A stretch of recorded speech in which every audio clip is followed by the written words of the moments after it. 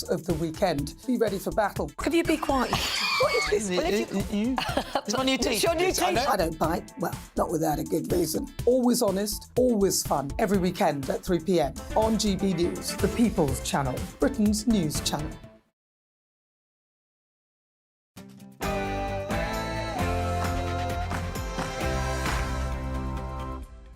Good evening and welcome to Patrick Christys Tonight.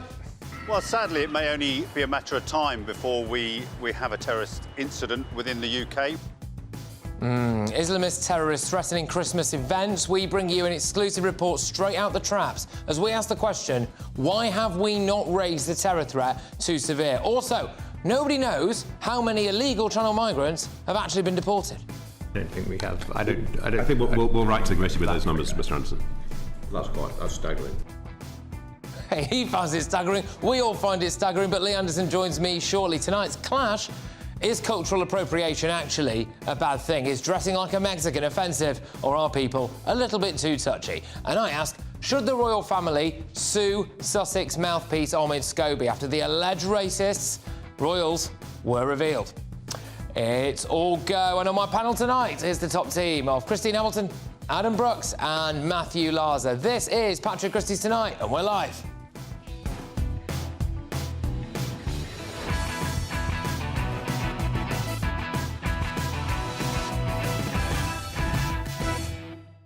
Loads to go out there, but email me. Are people too touchy on cultural appropriation? Easy for me to say. GBviews at gbnews.com. Go to Twitter at GBnews. We get stuck in after the headlines.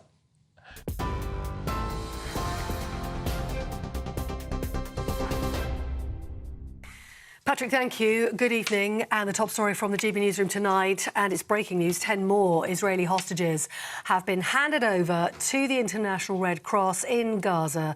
It marks the final day of a 2-day extension of the truce in the Israel-Hamas war. 2 of the hostages, both believed to be Russians, are now in Israel with IDF Special Forces. Keeping an eye on events in the Middle East for you throughout the evening here on GB News. We are expecting the release of Palestinian prisoners as well later on this evening. Well, here in the UK, Sir Keir Starmer says the government is to blame for record migration numbers as he promised to scrap laws that allows workers from overseas to be paid less than British workers. The Prime Minister and the Labour leader clashed during PMQs, with Sir Keir Starmer reminding MPs of the government's promise to reduce legal migration back in 2019. Rishi Sunak conceded that immigration levels are too high, but he insists the number is coming down. Well, Sir Elton John was in Parliament today and he was talking about a new project which aims to end all new transmissions of HIV in England by 2030. He highlighted plans for HIV testing in A&E departments to be increased in a bid to detect the virus in people who might not otherwise be tested. Experts say more than 4,000 people in England are believed to be living with the virus without knowing. Health and Social Care Secretary Victoria Atkins said it's an important step towards eradicating HIV. We've seen from the scheme that has already rolled out across the highest prevalence areas that thousands of people can be helped with these early diagnoses, and then they can be given the support and the medical treatment they need to lead not just longer lives but also high quality lives. Nottingham City Council says it's in severe financial distress and is unable to deliver a balanced budget. East Midlands reporter Will Hollis has more. Nottingham City Council has today announced that it cannot balance its budget, and the Chief Financial Officer has issued a Section 114 notice effectively declaring bankruptcy. That means that the Labour-led authority from today can only spend money on statutory services. Those are things like education, for roads, for children's services. Now the council must meet within 21 days to discuss what measures they will be putting in place. The council has already spent a number of years struggling with its finances, and today it has really come to a head. Will Hollis. Now, you may have noticed there's a bit of a nip in the air. It's set to be another cold one as well tonight, with widespread frost and freezing fog affecting large sections of the UK. Yorkshire has already seen some wintry showers this evening, particularly along the northeast coast. That belt now moving inland as the evening progresses. And snow has continued to fall across Scotland and Northumberland, and more is on the way. A yellow weather warning is in place from tomorrow until Friday, with temperatures expected to drop to -3 degrees Celsius, maybe even -4. Rural parts of Scotland could reach lows of -8, but the Met Office saying it is too early to predict a white Christmas. On TV, online, DAB+ radio and the TuneIn app, this is GB News, Britain's news channel.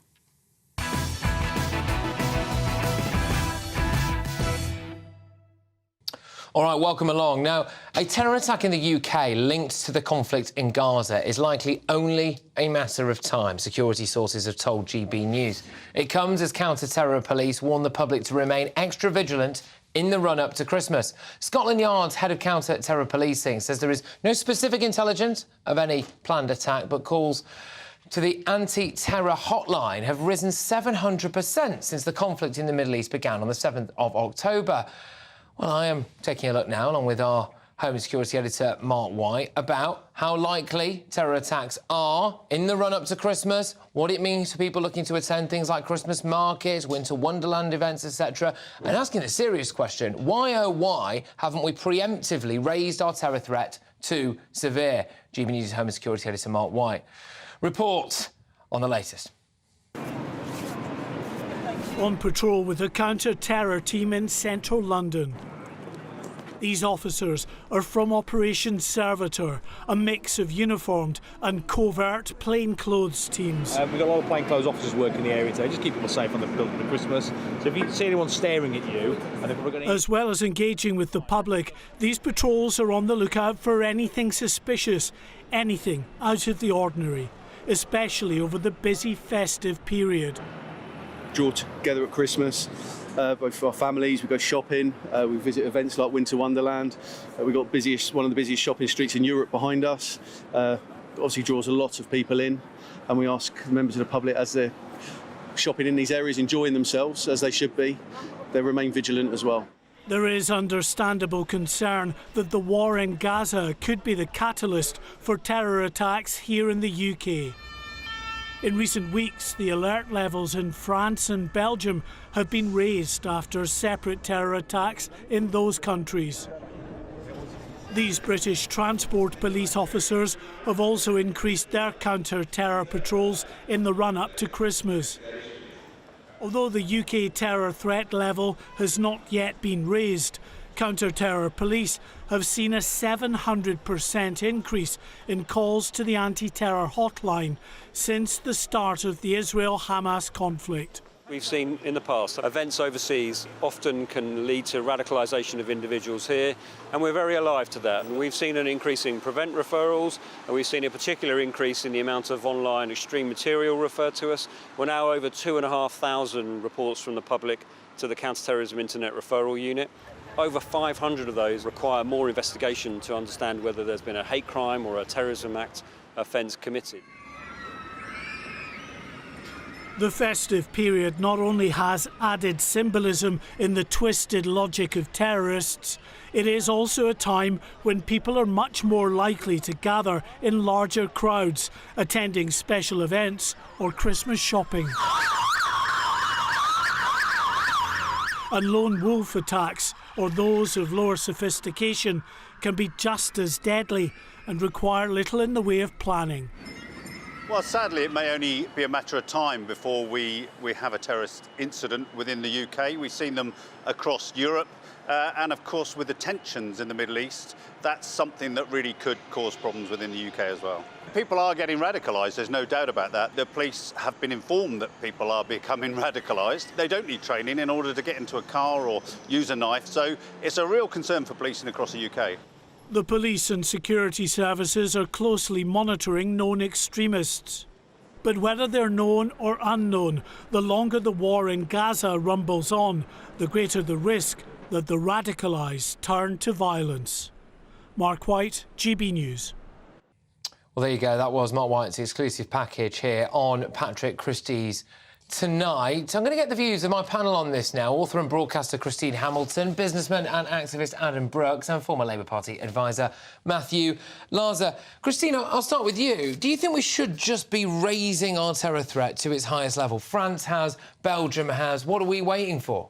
Well, what are we waiting for? The main thing is whether they've raised it and announced they've raised it or not. What I hope is that they are raising it themselves. I mean, it's going to happen, isn't it, sooner or later? We simply can't avoid it, in my opinion. It's just a question of when and how many people. The trouble is, not only do we already have homegrown terrorists, we have, the reporters just said, we've had people who are being radicalised, and we have been importing people, let's be honest. We have no idea who they are. A lot of people from other countries, we have no idea of their background. If we haven't been importing terrorists, then I'm the Pope. I think it's only a question of time, which I think is terrible. But the government, the very first duty of any government is to protect its citizens. So, yes, they should be ramping it up. They should be making sure that big events are protected, you know, street barriers, goodness knows what, where people are going to gather at Christmas. I mean, it's terrible because it needn't be the biggest Christmas market in London. It could be somewhere, let's not name anywhere, but it could be somewhere out in the sticks. It would be just as terrible and much more difficult to predict. I mean, the word there is, OK, so 700% increase in the number of calls to the counter-terror hotline since Hamas invaded Israel on October the 7th, and that an attack now is simply a matter of time. Adam, just get that threat level raised, get more of a police presence, more armed police out there, do everything that we can, surely. How depressing that we're sitting here talking about this. You know, again, I've got 3 young children that I don't want to take up London because I'm pretty scared of something happening. You know, that's bleak. It's bleak, and this isn't just because of Gaza and Israel and the Palestinians. This has been going on for many, many years. There are 45,000 on the UK terror watch list, of which 40,000 are Islamist terror suspects. It's too late to tackle this. It's going to happen. It's going to be bad, and events like this around the world will spark even more. Yeah, I mean, one thing I will say, and I think this is vitally important. The reason why we wanted to bring you this package is because Mark White, you know, our Home and Security Editor, does a huge amount of good work, and we wanted to try to bring you as much information as we possibly could. December is basically upon us, Christmas parties, Christmas events, things like Winter Wonderlands and stuff. And we just wanted to try to bring you a bit of information, really, about the state of play at the moment. Our security forces do stop more attacks than we will ever know about, and it is important to say that. I don't want people shackled to their couches with bolting the doors shut this Christmas, looking at something like that and being absolutely terrified. But we do have to be honest with you. There clearly is a massive threat out there, and they are worried about it.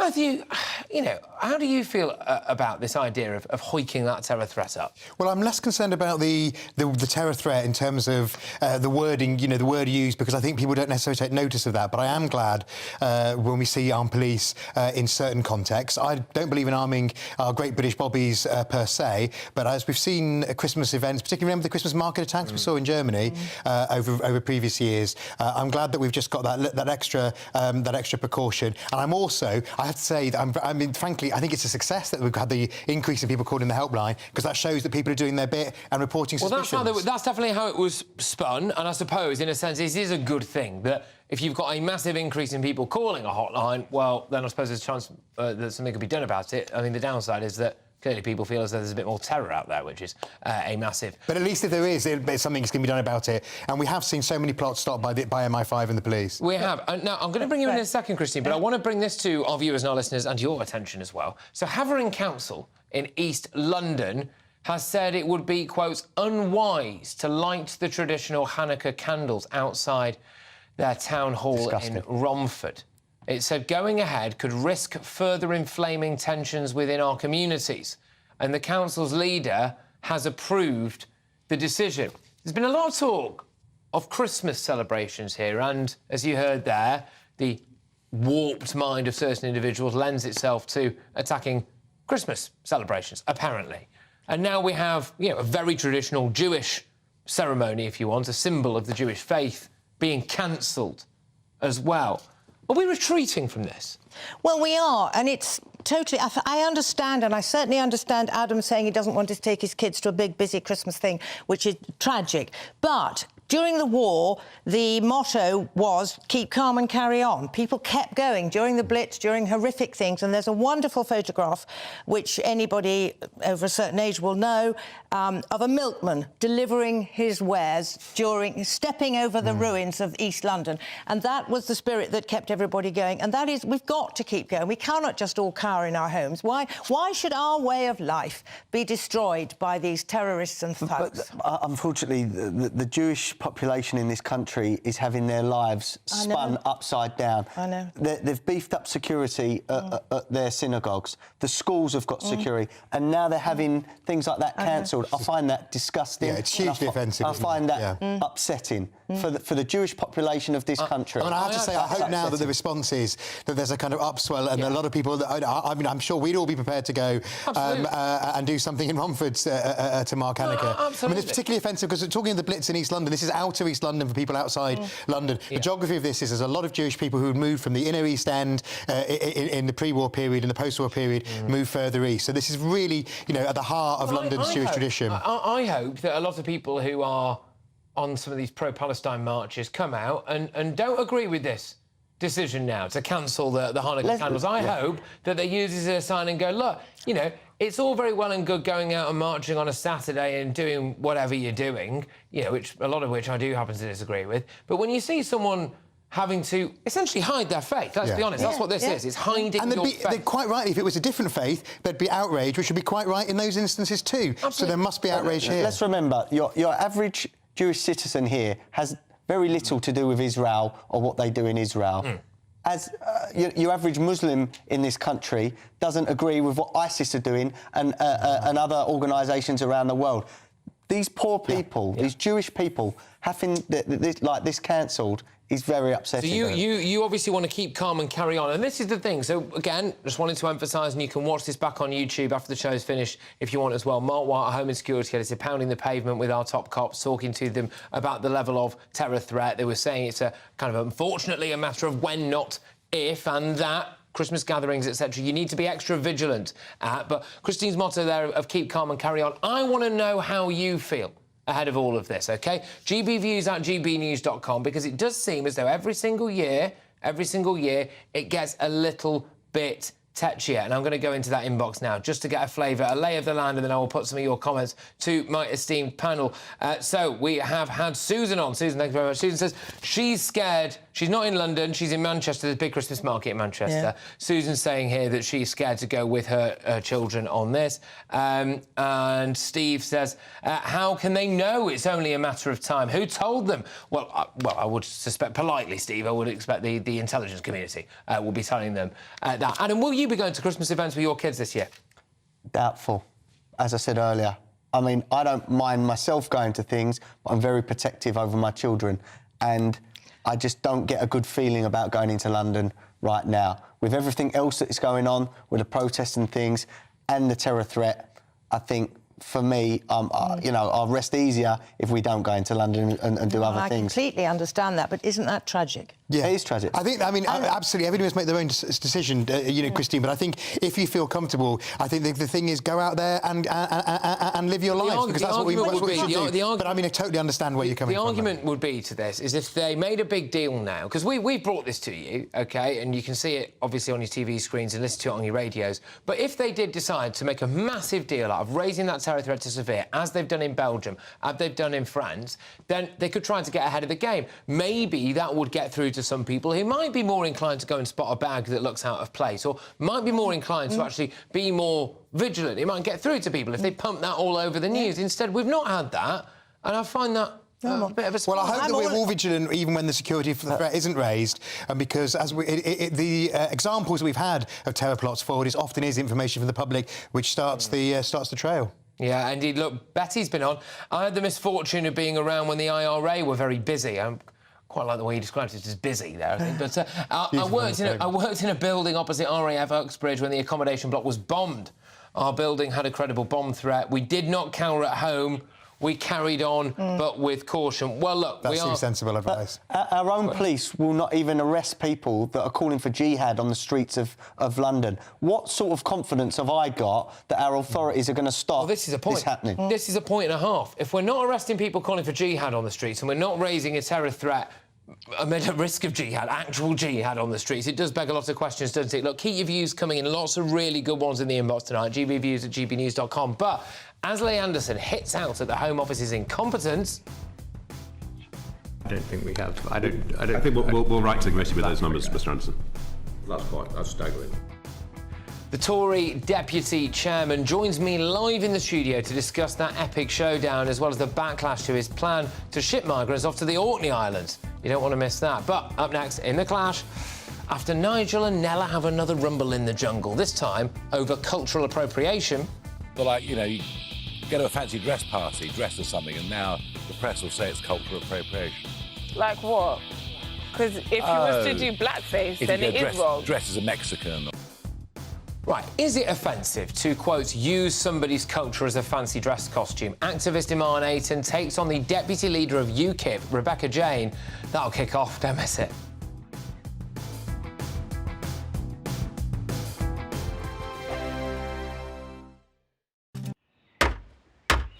Who is it? We're here for the show. Welcome to the Dinosaur Hour with me, John Cleese. I was married to a therapist. And you survived? I thought we were getting Hugh Laurie. Second best. You interviewed Saddam Hussein. What's that like? I was terrified. I'm playing strip poker with you three. Oh! No, thank you. My CDs need to be put in alphabetical order. Are you going to be problematic again? The Dinosaur Hour. Sundays on GB News. Good afternoon, Britain. Good afternoon, Britain. Join us, Tom and Emily, To find out what's happening in the heart of Westminster. and why it matters to you. Weekdays from midday, we bring you the most compelling stories from across the United Kingdom. And from your doorstep to our inbox. That's right, we want to hear from you. GB News, Britain's news channel. I think the most exciting bit for me is talking to people. People who I think are ignored often by the major news channels. We're going to give news they want to hear. There's a voice there that needs to be heard. I think there's a chance here for a diversity of opinion to be expressed, which you don't find elsewhere. It's really exciting. We don't hold back. We're free to say how decisions that are taken here affect us all around the country. Only on GB News, the People's Channel, Britain's news channel. I'm Michelle Dewberry, and I'm not here to tell you what to think. I'd much rather hear what you have to say. So, send in your opinions to gbviews@gbnews.com. Keep them clean, and you never know, I might read them out. With my panel here on Jubes & Co, we debate, we get stuck into the issues of the day on a show where all views are welcome, especially yours. GB News, the People's Channel, Britain's news channel. In the GB Newsroom, we bring you the news as it happens. With our team of dedicated journalists across the UK, we're ready to give you accurate reporting every day. When the news breaks, we'll be there with bulletins on GB News, the People's Channel, Britain's news channel. Your weekend starts here with Friday Night Live with me, Mark Dolan, 8 till 9 on GB News. Big stories, big guests and big laughs as we get you ready for a cracking weekend. That's Friday Night Live with Mark Dolan. Fridays 8 till 9 on GB News. Bring your own drinks. The admission's free.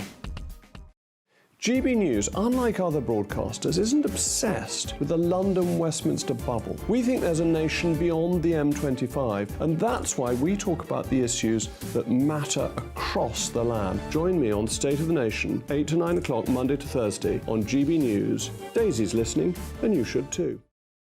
Tired of the usual focus-tested, pre-prepared Westminster runaround? Well, so am I. So you want higher taxes? Is your department to blame for this? Are you rethinking this policy? Every Sunday at 9:30, I'll be sitting down with those in power to get the truth about the issues affecting you. Let's be honest, we've known about the cost pressures of this project for years, not months. That's the Camilla Tominey Show, a politics show with personality. On GB News, the People's Channel, Britain's news channel.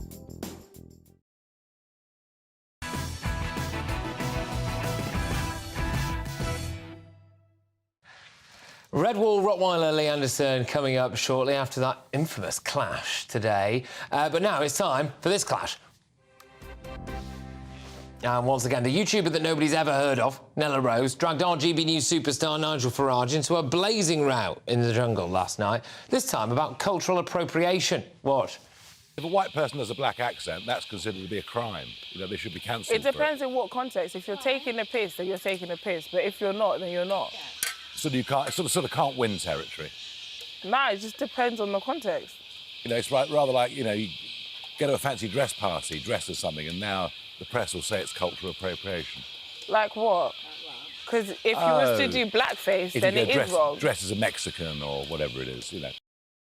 I didn't realise before I started doing this segment that apparently I struggle to say the word appropriation, but there we go. Well, if dressing up as a Mexican is such an evil crime, then maybe Nella should have a word with Anton Deck, who donned sombreros and brightly coloured shirts to promote their ITV Saturday Night Takeaway show back in 2021. I think we can all agree that's disgusting. And while she's at it, bring in fellow campmate and Ramona-in-Chief, Fred Seyeks, shaking his arm. Look at that's disgusting. Look at that. What a disgrace. Shaking his maracas here with Gordon Ramsay and Gino De Campo, also on ITV in 2018. Oh, it makes you sick, doesn't it? So after round two of Nigel versus Nella, is she right that it's offensive to use somebody's culture as a fancy dress costume? Let me know your thoughts by emailing me gbviews@gbnews.com. Tweet me at GBNews, and while you're there, go and vote in our poll. I'll bring you the results very shortly. But to debate this now, I'm joined by former BLM activist Iman Ayton and the deputy leader of UKIP, Rebecca Jane. Both of you, thank you very, very much. Rebecca, I will start with you. Is cultural appropriation offensive? Does it exist? What is it? You mean wearing fancy dress? Is it culture? Essentially, no, Patrick, I think is what I'm trying to say. So absolutely not. You know, if I go and walk down the street today and I've got a garland of garlic and onions around my neck and I'm clutching a baguette, I don't understand why anybody would ever take any kind of offence to that. You know, when we were talking about, obviously, the Mexican theme when it was being discussed in the jungle, I don't understand why everything has to be offensive today. Why can it not be seen as a sign of appreciation? If I'm going down the street with a baguette in one hand, it's because I love the French. And if I'm dressing up as a Mexican, it's because I flipping love tequila. So, no, I don't think it is. I think it's gone too far. And I think, again, this is another very divisive topic. OK, Iman, people are too easily offended, apparently. No, so, Rebecca, I appreciate your sentiment. I actually agree with you to an extent. So, in terms of what you're saying, if you decide you want to walk around with a baguette and appreciate the French, well, we're not taking into consideration racial prejudice, right? So that's a white person acknowledging another white person and being happy for one culture that's white and another culture that's white. We're talking about black people here. Okay, we're talking about Mexicans here, okay? And what we're actually talking about, just to genuinely answer your question as to why you said you don't understand, I'll give you the answer. If you decide you're going to dress up in a Mexican hat or African garments, you need to take in consideration that those individuals have a certain life. And so what you don't have to contend with is the racial prejudice and the bias that goes along with that culture. That's why. So I'll give you an example. If you decide you're going to claim something as your own, so this is an example of cultural appropriation. If you're going to claim something as your own, as an example, being a white woman, you've got lovely, beautiful blonde hair. I've done many wigs, like your hair. You look gorgeous, by the way. Done that. So if you decide if I'm going to do cane rows as a white woman, okay, cane rows, right? You see it, as many people would, as French braids, right? You see it as French braids. But the truth is, there's no such thing. White people didn't do their hair in cane rows. It's due to French or France colonizing Africa and colonizing. I mean, it is just a hairstyle. So this is why we talk about. Hold on, let me finish. I'll come back to you. I'll come back to you, Iman. Can I just finish? No, you've banged on quite a lot here, and I kind of do get your point. Right, Rebecca, no, I'll come back to you. Rebecca. Let me finish my point. No, well, you've Let me finish banged my on a point. bit I have long. one I will sentence. come back to you. No, all right? we're going to waste Rebecca, time. We're going to waste time. You're not going to win this. No, Let me finish my right, sentence. look, Rebecca, just so, talk. I'm not having this dominated by somebody who's taking pages. Comes down to claiming Rebecca, respond to that, stuff as please. your own and not This is the problem that we face, is that there's always somebody looking to win and there's always somebody trying to make an argument. You're not trying to have a conversation with me. I was enjoying myself listening to what you were saying until you went off on your little rant of a tangent. I actually really enjoy listening and trying to understand the point that we're having. The point that I missed is that I don't understand why Beyonce can go around with blonde hair and blue eyes, and that's not offensive. But if I wore cornrows, it absolutely would be. Okay, there we go. Come back to that then. There's a difference between cultural appreciation and cultural appropriation. And that's what I'm trying to explain to you, Rebecca. Please hear me out. I'm not even trying to rant. I'm actually trying to one at a time, Iman, go on, Iman. You asked the question, genuinely. Thank you, Patrick. Thank you. I appreciate it. Genuinely, Rebecca, you asked the question. I'm genuinely trying to give you the answer. I get it. I fully get it. When black people go around walking around with blonde wigs, I did it during Black Lives Matter. You can find that picture on Google right now. This is a difference between appreciation, which can be steeped when it pertains to black people in terms of internalized racism and not feeling good enough. And this is why we resort to using your hair. But that's an aside, right? We're actually talking about why black people can get away with it. The reason why is because of appreciation, which is your original point. And this is why I actually prefaced my whole entire soliloquy that you said was just a rant by saying, Rebecca, you're right. There's a difference between appreciation and appropriation, and as long as you is that difference? Okay, but that difference, as far as I can tell, it is my show, right? And I am going to talk about this now because, as far as I can tell, the difference between appreciation and appropriation is that a white person can't show cultural appreciation. Rebecca, Wrong. I think that's what you've just been saying for the last 10 seconds. No. Hang on 1 second. You're not having the conversation. How can you?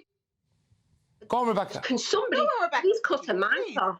Please. So why on earth? No, genuinely, I'm asking you a question.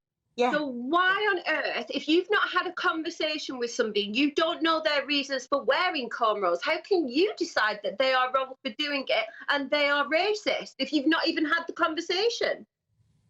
Okay, so I'll answer your point. So I'm actually talking about a lived experience of someone who actually really condemns black people and black culture, but continues to wear cane rows and decides to call them French braids. And she doesn't, because she has a level of ignorance, and let's not be afraid of that word. She has a level of ignorance. She didn't realize that she's actually appropriating someone's culture, right? So that's a specific lived experience. So that's just one point. But let's just go back to the original point, right?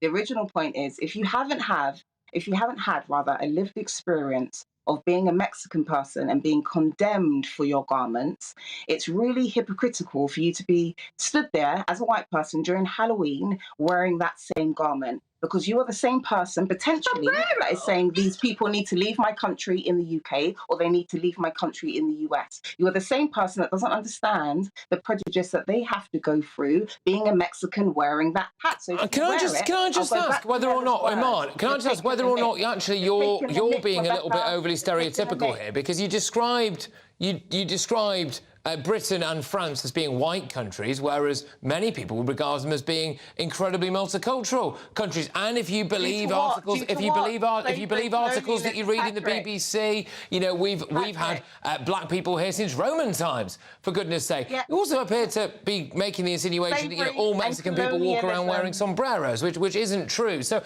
are you not a little bit guilty of cultural appropriation there, and maybe stereotyping people? No, I said it whilst interrupting you several times. I do apologise. I keep doing that because I get so impassioned when people are incredibly wrong on national TV. I'll just repeat. No, not even in the slightest. I made it very, very, very clear. No. Hold on a second. I made it very clear. In terms of cultural appropriation, it's very clear. And when you say things like, I don't understand it, or I'm generalising, no, you need to be clear on something. When you're not in a position, can I just politely suggest, Iman, because I've had you on several times of having prejudice thrust upon you, you have no right to wear their hat and their garment. It really is simple as that. I'm just going to make a point now, because I've had you on several times, Iman, and I would love to have you back on, right? But perhaps, and it's just something maybe for us all to reflect on here, perhaps if after every single thing you say, you then have to clean that up because you think that someone has completely misunderstood you or completely misrepresented it, maybe it's not everybody else's fault. But there we go.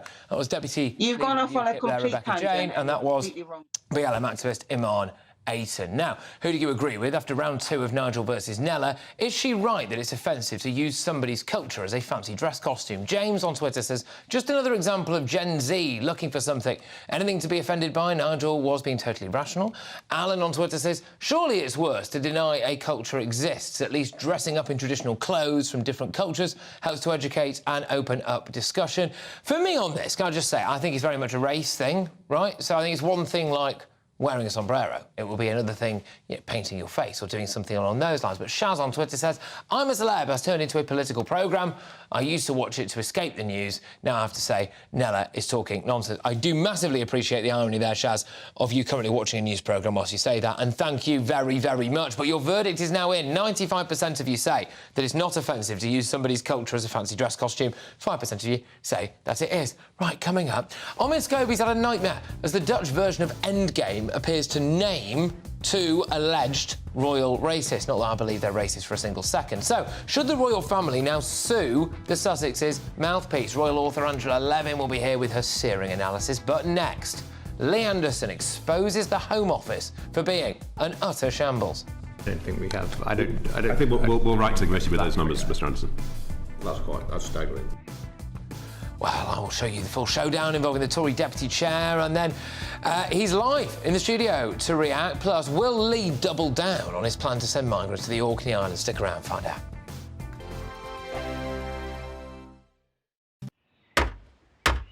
Who is it? We're here for the show. Welcome to the Dinosaur Hour with me, John Cleese. I was married to a therapist. And you survived? I thought we were getting Hugh Laurie. Second best. You interviewed Saddam Hussein. What's that like? I was terrified. I'm playing strip poker with these 3. Oh! No, thank you. My CDs need to be put in alphabetical order. Are you going to be problematic again? The Dinosaur Hour. Sundays on GB News.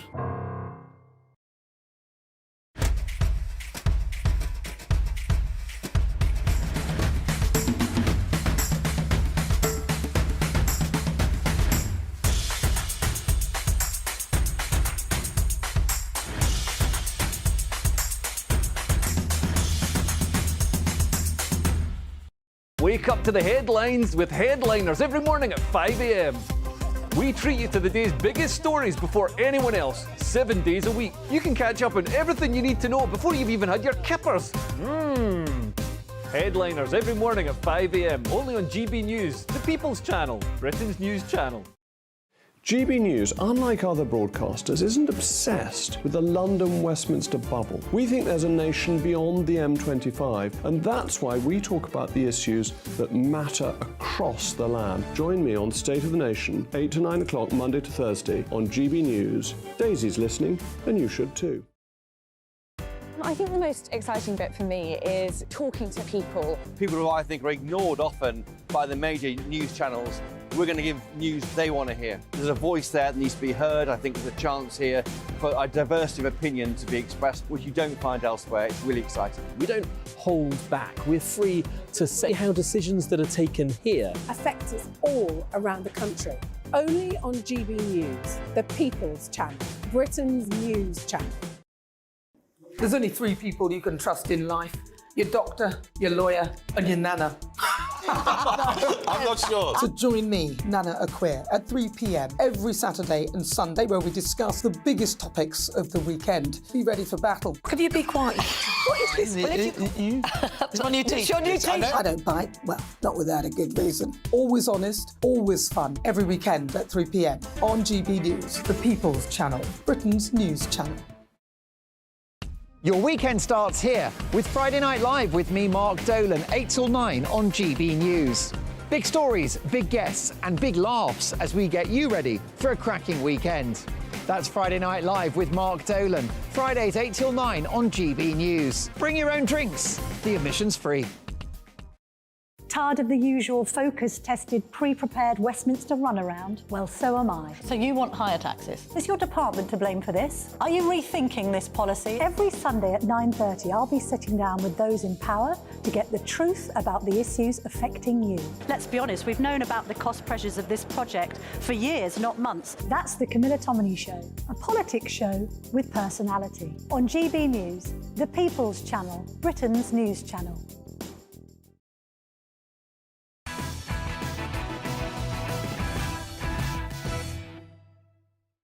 Esteemed royal journalist Angela Levin waiting in the wings, but first, the Deputy Tory Party Chair Lee Anderson has exposed just how hapless Home Office bosses are today, but he didn't have to work very hard. Many people travelling on small boats that's been refused asylum have been sent to a third country or back to their own country over the past 3 years. I don't think we have. I think we'll write to the committee with those numbers, Mr. Anderson. That's staggering. That's actually staggering. So okay, then let's do it for the last year. I don't have a number for non-Albanian, non-FNOs. Perhaps they might be able to help you. Let's do last week then. Do we have any figures about anything?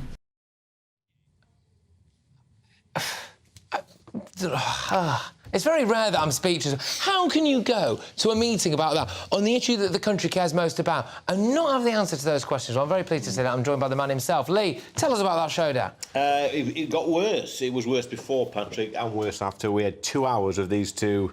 Well, it's like Laurel and Hardy in colour. They were shuffling the papers around, scratching their heads, didn't have a clue. I don't think in the whole 2-hour session, Patrick, they answered one single question correctly. It was always, we're going to write to you, we don't have that information on hand.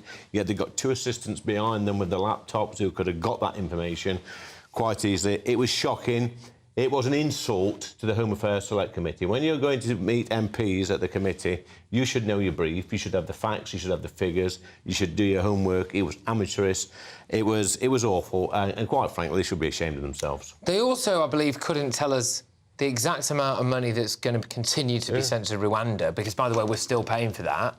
I just find that an insult, actually, to the British people. I mean, does that look to you like people who really sense the urgency about mass migration and illegal immigration? Well, it looks like that, A, they've not learned that they don't know the brief, Patrick, but it looks like they're not bothered. I mean, when you're turning up to a meeting, and bear in mind, these meetings are screened live, so anybody, anywhere on this planet can watch that meeting live. And to say that they're Home Office officials on massive salaries and they can't answer. They weren't even difficult questions, they were simple questions. Should they be sacked? Well, that's not for me to say, but if I run a private business and I had 2 employees like that, they'd probably be working out in car park. If you went to a job interview and you responded to questions like that, you'd never get the job? Never get the job, no. I mean, on that performance, I said to a colleague today, it was like a couple of YTS trainees 30 years ago on the first day at work. They didn't have a clue.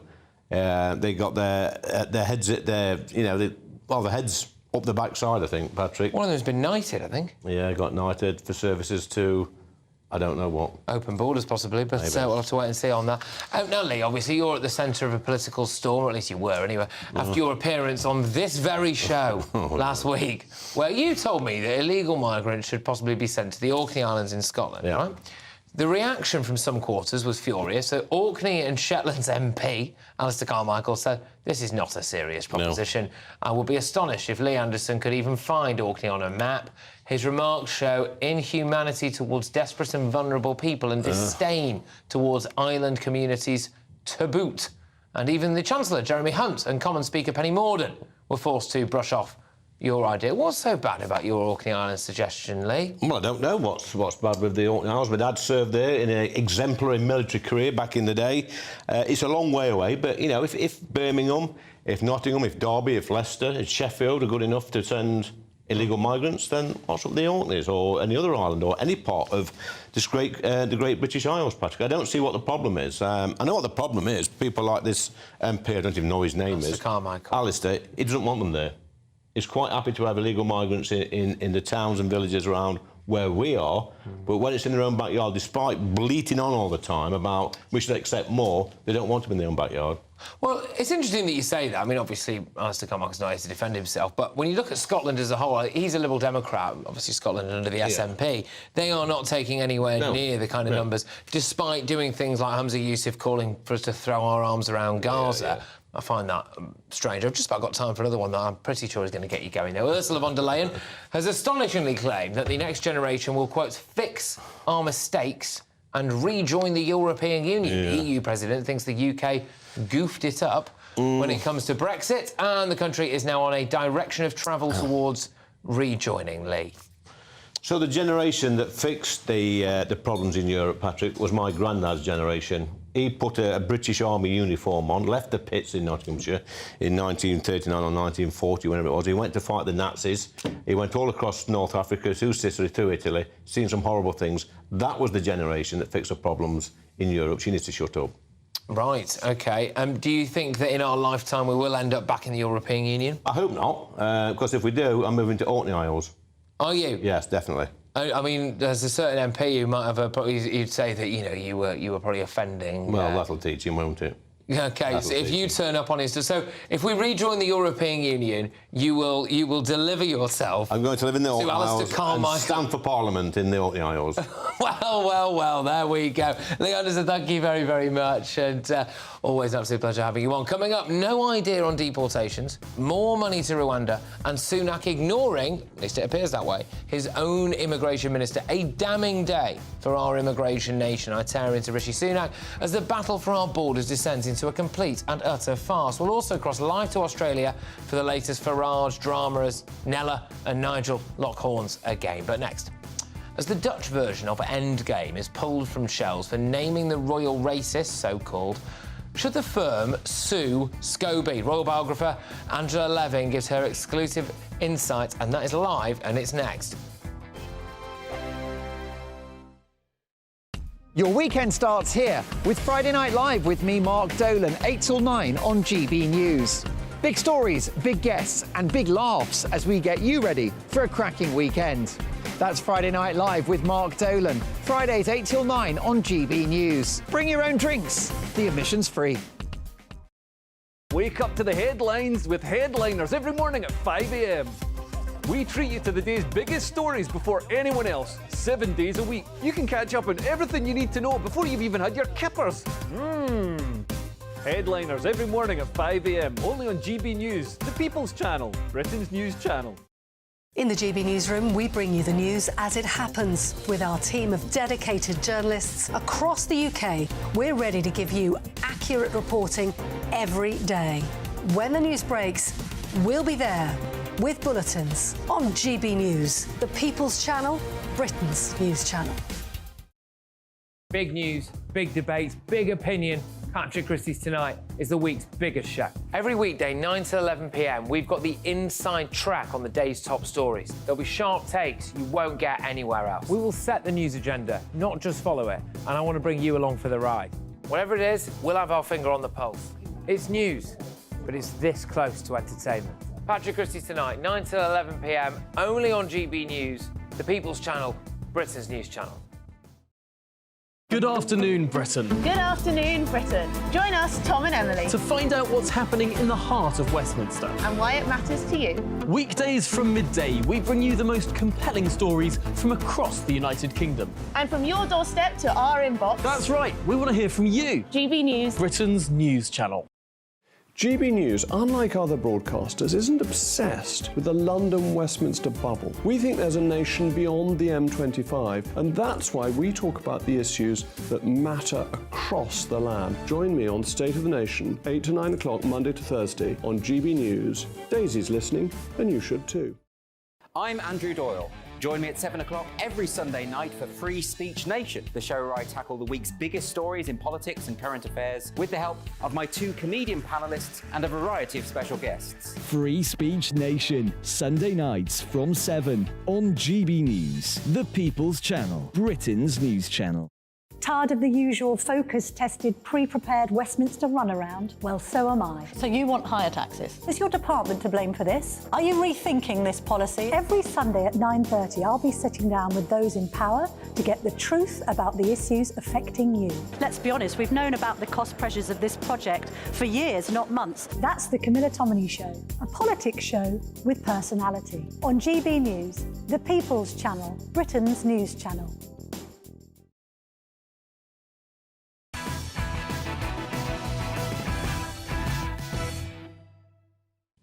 An exclusive interview with the person that many regard as a political genius and Donald Trump's former White House strategist, Steve Bannon. That's coming later on tonight. He doesn't hold back. But first, Ahmed Scobie has reignited the old royal race row after the Dutch edition of Endgame appeared to name not one, but two family members who questioned Archie's skin colour, allegedly, if anyone believes that. That's despite the Sussexes distancing themselves from the allegation that the royal family are, quote, racist.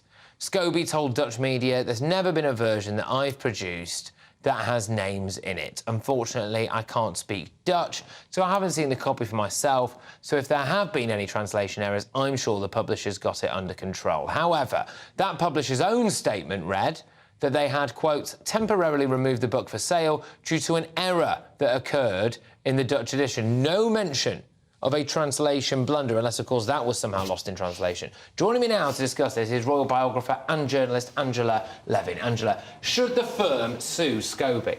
Yes.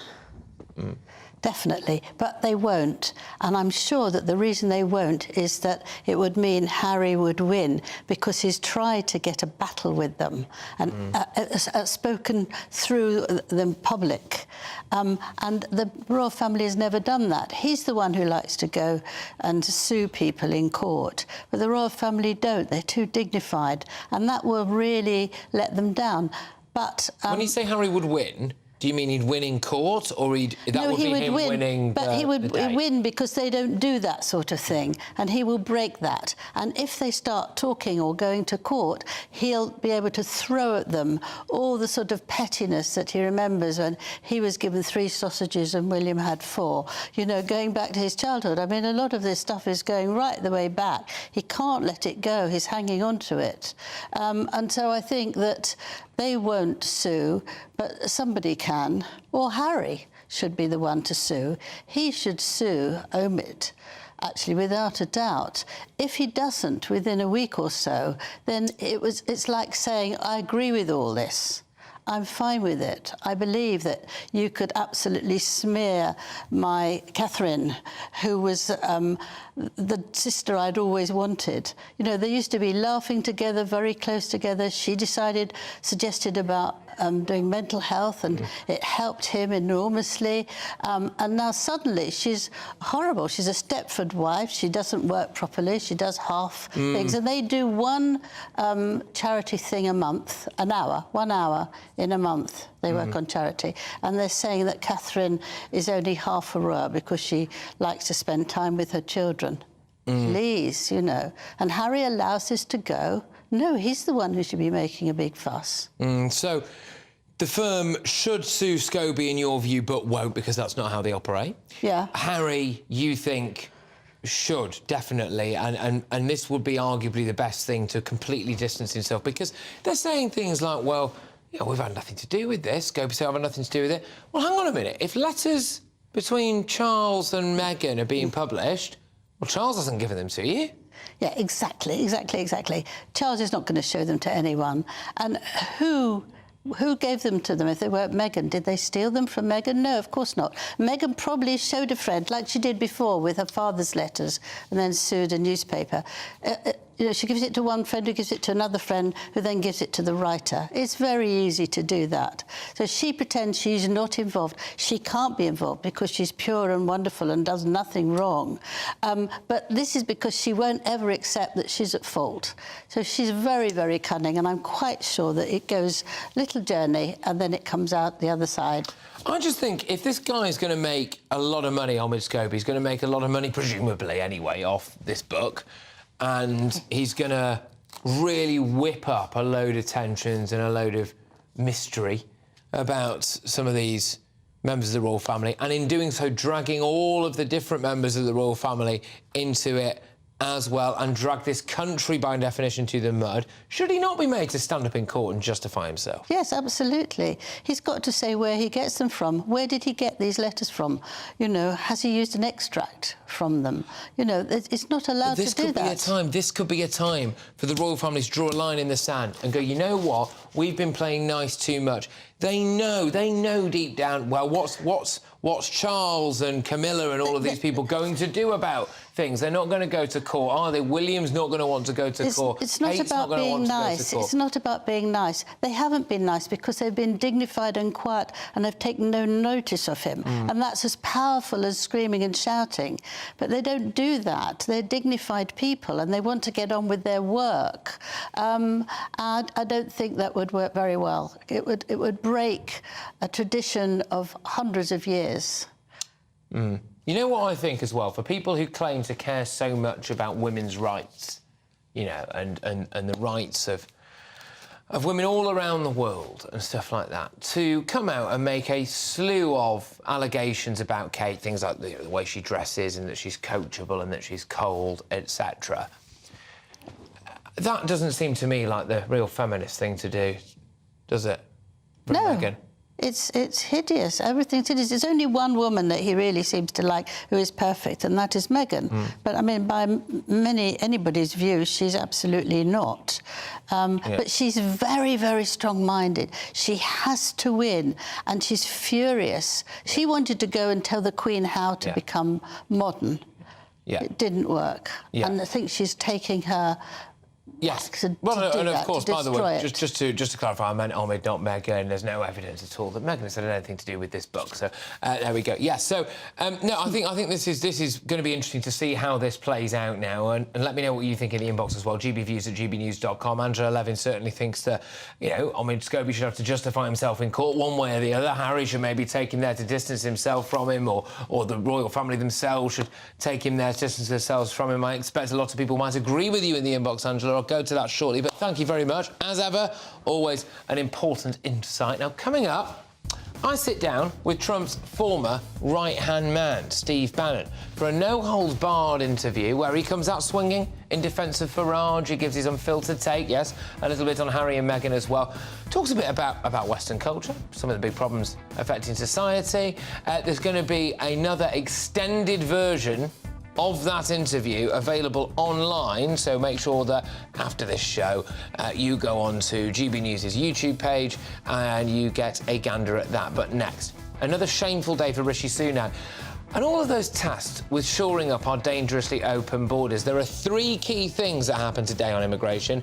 I'll run through them, tell you what we learned or didn't learn, and let me just say, it ain't pretty. Stay tuned. A brighter outlook with Box Solar, sponsors of weather on GB News. Good evening, welcome to your latest GB News weather update from the Met Office. Thursday will be another cold day. There's still some dry and sunny weather to be had, but we do also have some snow and ice warnings in force for Thursday morning. Across the northeast, we could see some snow showers continuing throughout tonight, but it's across the southwest where this area of rain will push up from the south, bumping into the colder air, bringing some snow to southern areas, mainly across the high ground of Devon and Cornwall, but we could see a dusting of snow as far east as parts of Wiltshire.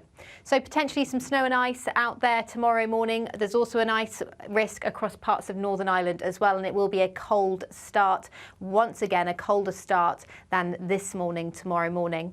The snow showers will continue across northeastern areas throughout Thursday. This area of rain, sleet and snow will continue to affect the far southwest as well through much of the day before it does then sink southwards into the evening.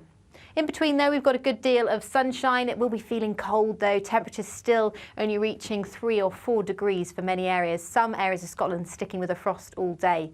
So another very cold start to Friday. Much of that rain has now cleared the south, but we will see some patches of freezing fog around. These could be quite slow to clear throughout Friday. And elsewhere, though, a good amount of sunshine once again. A bit more sunshine to come throughout Saturday and Sunday, and the temperatures could start to rise a little in the south by the end of weekend. That warm feeling inside from Boxed Boilers, sponsors of weather. on GB News.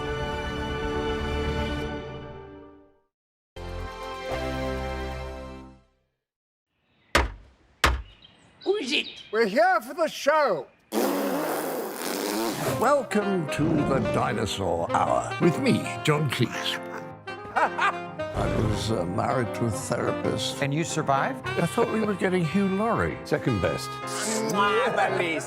You interviewed Saddam Hussein. What's that like? I was terrified. I'm playing strip poker with these three. Oh! No, thank you. My CDs need to be put in alphabetical order. Are you going to be problematic again?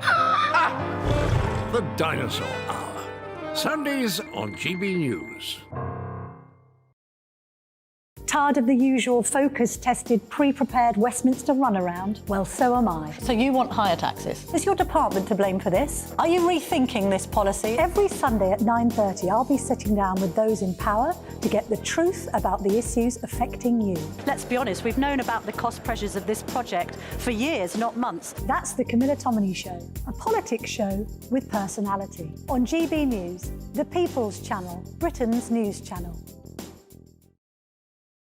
I think the most exciting bit for me is talking to people. People who I think are ignored often by the major news channels. We're going to give news they want to hear. There's a voice there that needs to be heard. I think there's a chance here for a diversity of opinion to be expressed, which you don't find elsewhere. It's really exciting. We don't hold back. We're free to say how decisions that are taken here affect us all around the country.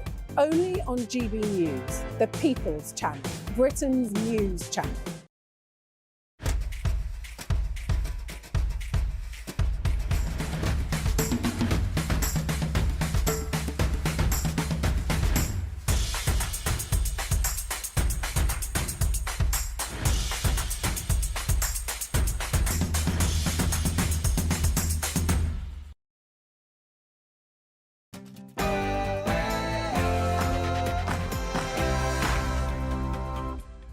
It's 10 p.m. and this is Patrick Christys Tonight.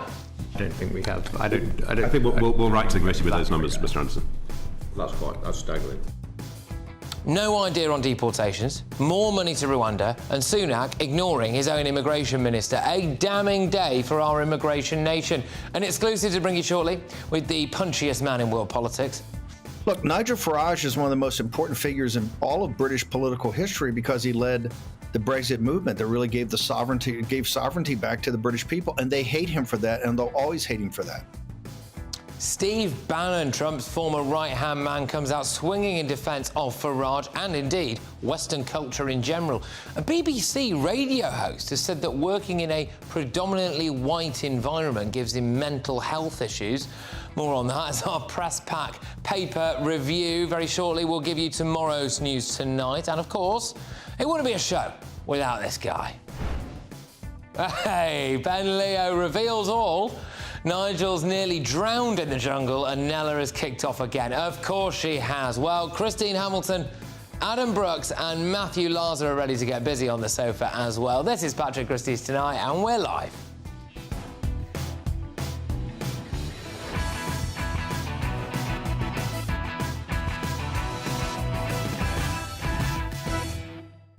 Email me, come on, should the government tell us right now how many channel migrants have actually been deported? gbviews@gbnews.com or tweet us at GBNews. It's lively after the headlines.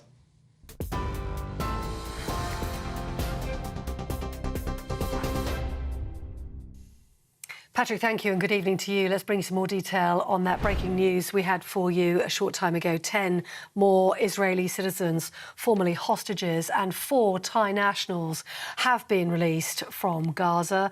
That latest hostage-prisoner swap ongoing between Hamas and Israel. And in the last hour, some of the hostages have arrived at the Sheba Medical Centre. That's in Tel Aviv.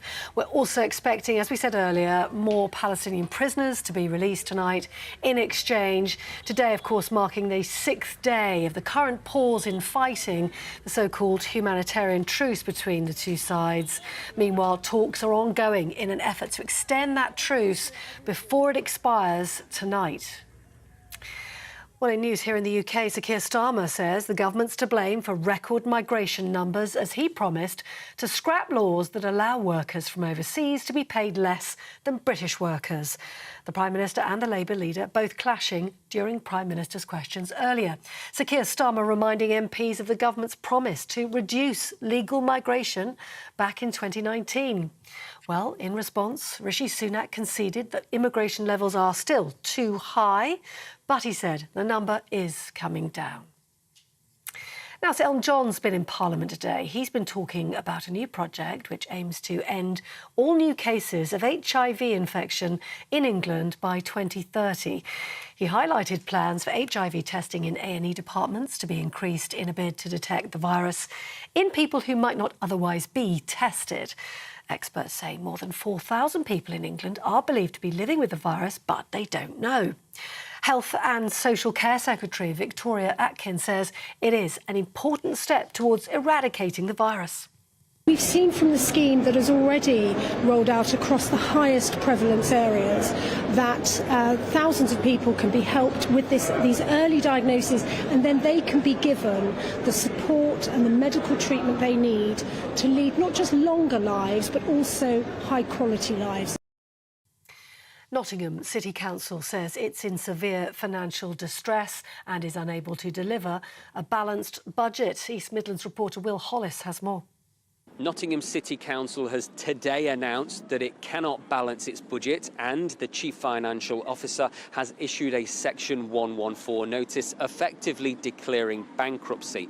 That means that the Labour-led authority from today can only spend money on statutory services. Those are things like education, for roads, for children's services.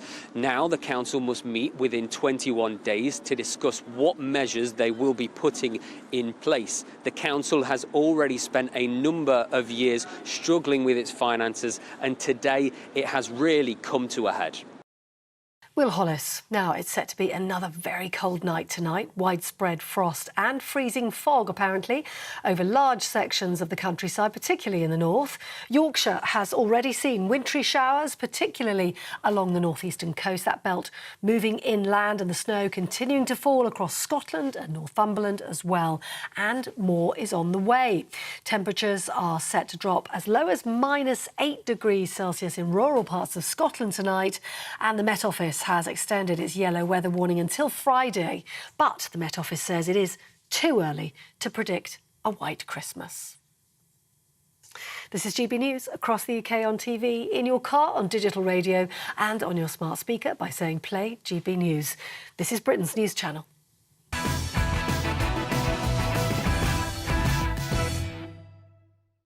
Let's cross live now to Australia, where our reporter Ben Leo is beachside, obviously, for the inside track and all the latest from the jungle. And apparently it's been an eventful day because Nigel nearly drowned during a challenge, and Nella Rose has kicked off again. Ben, you're slumming it over there, clearly, and we all wish you a speedy recovery home out of that hellhole. But how's it been today, then? Yeah, g'day, Patrick. I've slagged ITV off enough in the last couple of days, so I'll give them credit tonight. Tonight was a barnstorming episode. Probably something to do with the fact Nigel was involved and he was in the trial. So no Nigel, no party. I think we've established that much so far. He did nearly drown. He was in a bush tucker trial where he had to dunk himself underwater, surrounded by water pythons, lizards, reptiles, everything else. Unfortunately, I think he's been smoking far too many ciggies because he quite laughably couldn't hold his breath for even 5 seconds. He got no stars and had to pass. So yeah, not too good on that front. However, the highlight of the show was, surprise, surprise, Nella Rose having a row with Nigel about being offended about something. She carried on the argument from last night about cultural appropriation. Here's the clip. You want to talk about it? Well, I need to know why, because I don't know, that's why. I just felt like you were very dismissive about cultural appropriation yesterday. No, I was concerned about it. It's what you said of like, oh, if I was to dress up in a certain costume, then I'd get the backlash for it. He was basically trying to imply that we can say and do whatever we want and not get backlash, but when you do it, you get backlash. That's why I interpreted. What I said was, what if I turn up as a Mexican at a fancy dress party? Does that get me? I don't know what the rules are. We can agree to disagree, but let's just not be like the best of buds, because I still clearly we're just from two different sides of the world, and you will never understand my issues and struggles. Well, there's an age thing too. Yeah, how is this an age thing? I think cultural appropriation didn't exist 30 years ago. Wasn't even a concept. No one talked about it.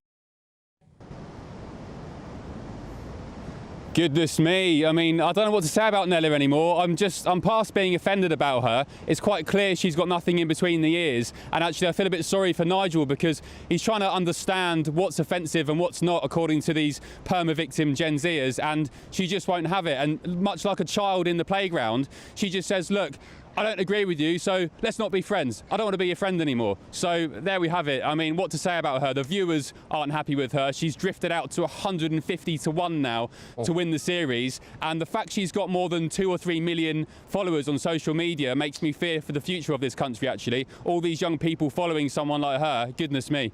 Well, there we go. Although, I suppose, in defence of Nella, it would imply that at least some people do think that she is popular and she's maybe got a bit about her. But Ben Leo, thank you very much. Ben Leo there, giving it absolute both barrels from the Gold Coast. So, well, look, we obviously have had Nella versus Nigel round 3. No doubt it'll be round 4 tomorrow.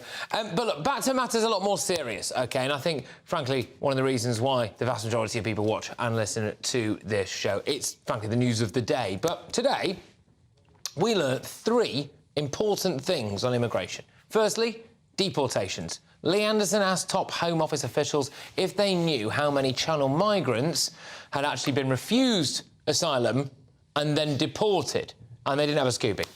How many people travelling on small boats that's been refused asylum have been sent to a third country or back to their own country over the past 3 years?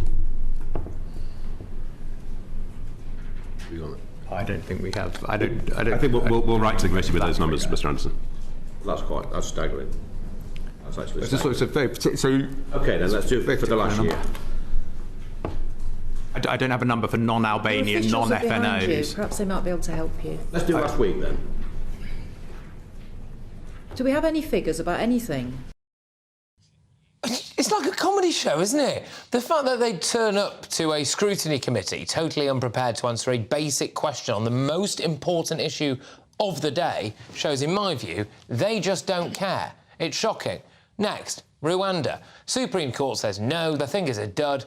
We've sent them 114 million quid. But today, Sir Matthew Rycroft, the Home Office's permanent secretary, revealed that taxpayers, you, me, everyone we know, will have to pay more for accommodation in Rwanda for the migrants who are no longer going to be deported, as well as other funds to assist the authorities in Kigali to develop their capabilities and capacity. He can't tell us how much money we'll be on the hook for, because that's commercially sensitive. I would argue it's personally sensitive to all of us. Cost of living crisis and all that. I mean, this is bonkers. Seriously, it's nuts. Finally, Immigration Minister Robert Jenrick, Bobby Generic to his mates, has publicly distanced himself from Rishi Sunak. He said that he's got his own immigration plan. It's nice of him, isn't it? That's good. It's a good start. So he's got his own immigration plan, which he's put to the PM and wanted to introduce before last Christmas. But it hasn't happened. Reading between the lines, he's been ignored when it comes to cutting net migration. Now, bearing in mind that behind the scenes, Bobby Generic is regarded as a close ally of Rishi, that's quite strong stuff. So, to summarise, top civil servants won't tell us or don't know if we've deported any illegal immigrants recently. Taxpayers are sending wheelbarrows of cash to an African nation to accommodate migrants who aren't there, but they won't tell us how much cash it actually is. And our Prime Minister, who has just sacked a Home Secretary who wanted to bring net migration down, is possibly ignoring his Immigration Minister, who also wants to bring net migration down. But apart from that, everything's fine. Right, so to respond to this now, I'm joined again by author and broadcaster Christine Hamilton, businessman and activist Adam Brooks, and former Labour Party advisor Matthew Lars. Christine, you were guffawing Well, it wasn't so much a guffaw, it was the feeling of utter helplessness. How long have the Tories been in government? Remind me, 13 years? 13 years of failure. 13, well, yes, exactly. Straight out of the traps. 13 years of failure on this. They've done the square root of nothing, really. All we get is hot air. Jenrick says he's been trying to get something done for a year. I mean, it's perfectly obvious what we need to do. Yes, we need migration. One in and one out is what we should have, right. so the numbers don't swell too much. We want to stop the... Yeah. People who just want to come and sell the big issue from coming, but we don't want to stop the Indian doctors who are going to be, it's obvious what we need to do. There's the specifics on this, which I find absolutely staggering. I'll come back to you, Christine, but Adam on this, which is we are currently unable to be told if any Channel migrants who have been found to not be genuine asylum seekers, have been rejected, have been deported at any point in the last 3 years. They did not have the answer to that question. I mean, you could tell Lee Anderson wasn't even trying to catch him out, really. He just asked the question and they didn't know it and he realised he was in. But I think that says it all, that our civil service and our border force are not implementing what the actual law or the policies that the government has in place. So what sort of chance has the government got? I'm not defending the government because over the last 13 years they have done something about immigration. They've increased it, both illegal and legal. But when you said one in, one out, that's something I used to use all the time when I had nightclubs. When we were full, we would go one in, one out. I'd go to the doorman and say, one in, one out, please. What that would do is that would protect... When you overload a nightclub, it becomes dangerous. You can't get a drink, the services collapse. That's what's going to happen to this country. It becomes dangerous and the services collapse. So it's not fair on those that are already here and those of us that were born here. We have to stop this. I mean, I would go, like, full stop and say, stop immigration. If someone leaves, someone can come in. Well, actually, according to a recent poll, 53% of the British public wanted a full stop on immigration for 5 years, a pause. The idea would be that we can absorb the amount of immigrants that we have at the moment in here. Matthew, I've got to go to you on this. We also are not being told how much more money we're going to send to Rwanda. It's extraordinary. And also, apparently now that the questions that need to be asked post the Supreme Court ruling may offend Rwanda, so they may withdraw from it. I think Rycroft's also said today. I mean, just on that footage there, you saw Lee in fiery form, but you also saw the woman speaking was Diana Johnson, who's the Labour chair of the committee, who came up with the great line, do you have any figures on anything? Any figures on anything? And it seems they didn't. I mean, I've worked in politics for a long time, and I thought I'd seen kind of the thick of it style or yes minister style situations, but that's going to be played again and again and again for time immemorial because it shows that we've lost the Home Office has lost control, and it shows that politicians can't make promises. Well, I would argue. I'll put this to you, Christine. Does that actually not show how completely and utterly rubbish our civil service is? If you had Suella Braverman, if you've got Bobby Generic, if you've got even, let's just be generous here. I don't believe this for a second, by the way. Let's be generous here and say Rishi Sunak wants to do a flipping thing about immigration, OK? And you've got people like that tipping up and you're asking them to be in charge of running the show. I mean, it's civil service. Well, it shows you who's in charge of running the show, doesn't it? The civil servants, and it shouldn't be. But we need. I'm not sure they're very in charge, are they? That's what I'm saying. I don't think they care. They're too busy counting their gold-plated pensions and looking forward to all that. We need to take positive action. One of the things people say, yes, absolutely. People say we need the immigrants to do the jobs that the Brits won't do. Let's get some of those Brits who signed off sick and are still off sick. Let's get them back into the workforce. Make it possible for them to come back to work, make it impossible for them not to. Why don't we, for example, have a two-tier national insurance system so that anybody who wants to employ a British person pays less national insurance. Anyone who wants to employ an immigrant... Well, that's why Keir Starmer's been very firm slightly today. More. That this discount at the moment where you can bring people in lower than are paid than a British worker needs to stop, and Keir's been really clear on that today. We need to weight it in favour of taking on British workers. Keir has been clear on that. That says a lot. Can I just make a polite suggestion, actually, that you could put Channel migrants in charge of the civil service, and I think you'd get almost exactly the same result. Clearly, because they're not doing anything about it in there at the moment, are they? We're coming up, UK's most entertaining paper review. You won't be bored as my panel of news experts choose through the latest headlines hot off the press. But first, I bring you that exclusive interview with Trump's former right-hand man, Steve Bannon, who comes out in defence of Nigel Farage and Western culture. Don't go anywhere.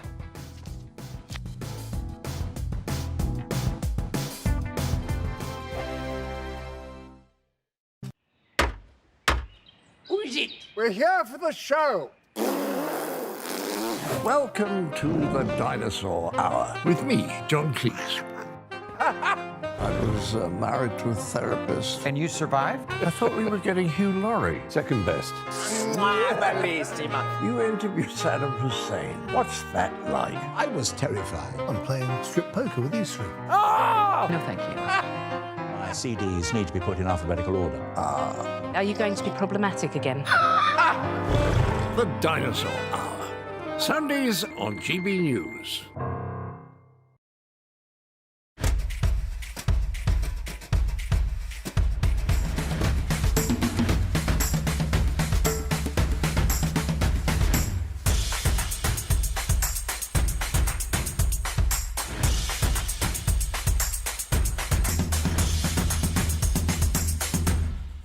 Wake up to the headlines with Headliners every morning at 5 a.m. We treat you to the day's biggest stories before anyone else, 7 days a week. You can catch up on everything you need to know before you've even had your kippers. Headliners every morning at 5 a.m. only on GB News, the People's Channel, Britain's news channel. GB News, unlike other broadcasters, isn't obsessed with the London-Westminster bubble. We think there's a nation beyond the M25, and that's why we talk about the issues that matter across the land. Join me on State of the Nation, 8 to 9 o'clock, Monday to Thursday, on GB News. Daisy's listening, and you should too. I think the most exciting bit for me is talking to people. People who I think are ignored often by the major news channels. We're going to give news they want to hear. There's a voice there that needs to be heard. I think there's a chance here for a diversity of opinion to be expressed, which you don't find elsewhere. It's really exciting. We don't hold back. We're free to say how decisions that are taken here affect us all around the country.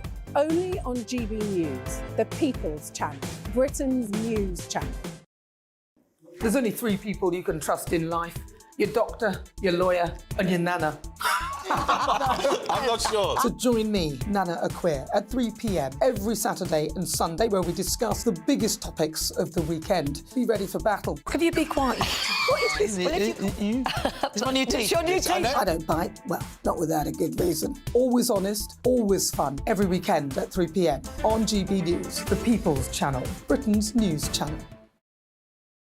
Your weekend starts here with Friday Night Live with me, Mark Dolan, 8 till 9 on GB News.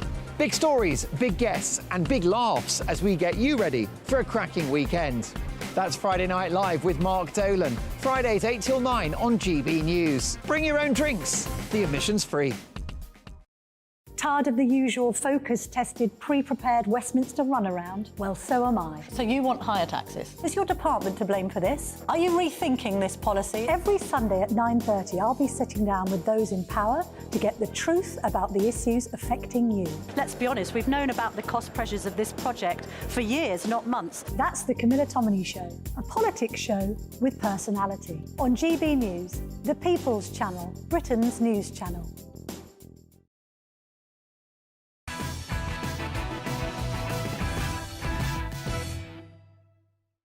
The most entertaining paper review that you won't see anywhere else still to come. But now it's time for an exclusive interview with political mastermind and Donald Trump's former White House strategist Steve Bannon. And just as the Donald divides opinion across the pond, well, our Nigel Farage has sent this country, the intolerant left of it anyway, into meltdown with his charming display on the I'm a Celebrity jungle. So, how do political figures on the right fight back against the forces of cancel culture? I asked Steve Bannon if Farage is viewed by the establishment as a threat, and here's what he told me. Are a threat. Look, Nigel Farage is one of the most important figures in all of British political history because he led the Brexit movement that really gave sovereignty back to the British people, and they hate him for that, and they'll always hate him for that. They're trying to, I mean, the president of the EU, I think, is even today in the Financial Times of London says, we'll accept Britain back in. One of the most significant political events in modern history is the Brexit movement and what led to the United Kingdom leaving the European Union. It was the forerunner, as the guy who ran Trump's campaign, as I said at the time, because I was running Breitbart News and Breitbart London with Raheem Kassam, that was really the predicate for the Trump revolution a few months later. Brexit was that important. And of course they're going to try to destroy Nigel. They're really going to try to destroy Nigel for the simple reason they think he could come back in a resurgence and actually create a populist party or populist movement, which England needs a populist nationalist party more than they've ever, because right now they're trying to once again crush the British people and destroy your sovereignty. Yeah, let's elaborate a bit on that, about why it's so necessary in your view. I mean, we just ran an exclusive, by the way, at the top of my show about the increased terror threat, for example. Earlier on, again, same show, we've been talking about cabinet warfare, infighting in the government, about net migration figures, and that's before we started talking about illegal migration. Why do you think it's so important that there is some kind of populist leader, whether Nigel would refer to himself as that, I don't know, but that kind of figurehead at the moment, and British politics going in that direction? If I could point everybody to the Telegraph today, Alison Pearson had one of the most brilliant pieces about the situation in Ireland. And the mothers of Ireland, women in their 40s, 50s, and 60s, women in Ireland protecting their young daughters against this mass importation of fighting age males from North Africa and from Middle Eastern countries. I mean, this is just common sense. Remember, the elites want to break the sovereignty of nations. The elites want to break the individual sovereignty of the citizens. They see their citizens as a problem. This is why you've had this mass migration everywhere, and people are standing up to it. And these are people that are not conservative ideologues. This is just common sense. This is why Geert Wilders came out of nowhere to win in Netherlands the other day. This is this populist revolt you're seeing. It's just, this is common sense.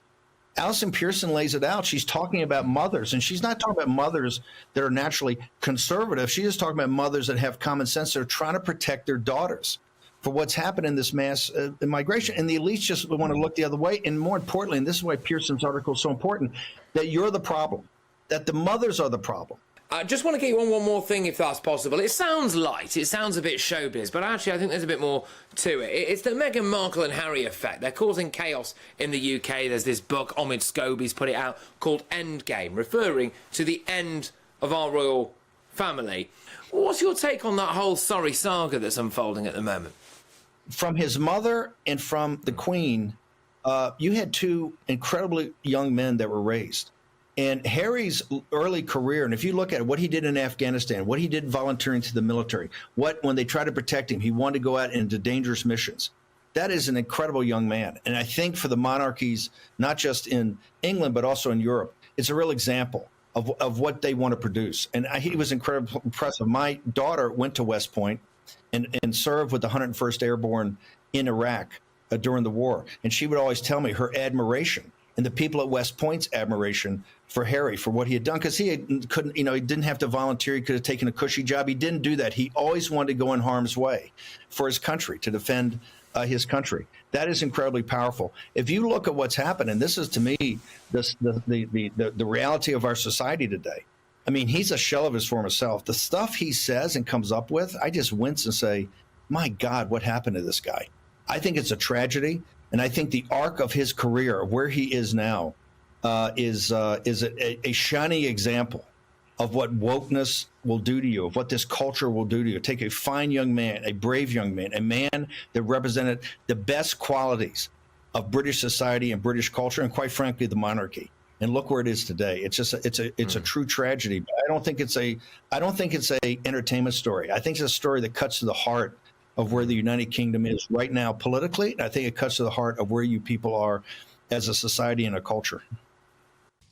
Right, there's a heck of a lot more to that interview. That will all be available in full on our YouTube, OK? So make sure that you go to GB News' YouTube page. It's probably about 20 minutes, half an hour. And, I mean, that guy just does not stop. It's like a machine gun. Matthew Larser, I'll go to you on this one. He made reference there. It's the idea that we needed some kind of populist nationalist. Yeah, he's a fascinating figure, but I'm not sure we need to take lectures from him. I mean, he still has, his jail sentence is currently on hold while he appeals for one of the many charges facing him. And the Trump revolution is one of the worst things to happen to American politics in all time. So, yeah, absolutely, because I think the world was a much unsafer place with Trump in there. Utter nonsense. Look what Biden's done to the world. The guy don't even know his name. Supported Ukraine, stood firm on NATO. So, I mean... Sorry, the idea of using Joe Biden and stud firm in the same sentence, that guy, that guy's got a rather interesting relationship with aeroplane stairs, hasn't he? Don't be unkind. Well, it's not about aeroplane stairs, it's about giving support to our key allies and giving the full support to the transatlantic alliance that has kept us all safe for half a century. Pretty clear. Steve Bannon is clear. He thinks populism's a good thing. Do you? No. Why not? I think it's good to be popular, but populism as this movement, which is basically an excuse for a word for the far right. No, but of course politicians need to be in tune with the public. So you know, the worst things are populists who aren't popular. But so anything that's popular is far right. No, I didn't. No, I didn't say that's the exact opposite of what I said. Right. No, the populist movement is an excuse for the far right. All right. Well, it's a spicy. But be popular. What's got into you lot tonight, but I love it. Right, shut up now. Okay, coming up, former editor of the Sunday Express, Martin Townsend, joins me live for reactions to tomorrow's front pages, as well as a BBC radio host claiming that working in a predominantly white environment gives him mental health issues. But next, tomorrow's newspaper front pages are coming in hot, and so is my panel, as we bring you the most entertaining paper review that you will get anywhere on the telly. Back in a tick. Your weekend starts here with Friday Night Live with me, Mark Dolan, 8 till 9 on GB News. Big stories, big guests and big laughs as we get you ready for a cracking weekend. That's Friday Night Live with Mark Dolan, Fridays 8 till 9 on GB News. Bring your own drinks, the admission's free. Wake up to the headlines with headliners every morning at 5 a.m. We treat you to the day's biggest stories before anyone else, 7 days a week. You can catch up on everything you need to know before you've even had your kippers. Headliners every morning at 5 a.m, only on GB News, the People's Channel, Britain's news channel. In the GB Newsroom, we bring you the news as it happens. With our team of dedicated journalists across the UK, we're ready to give you accurate reporting every day. When the news breaks, we'll be there with bulletins on GB News, the People's Channel, Britain's news channel. Big news, big debates, big opinion.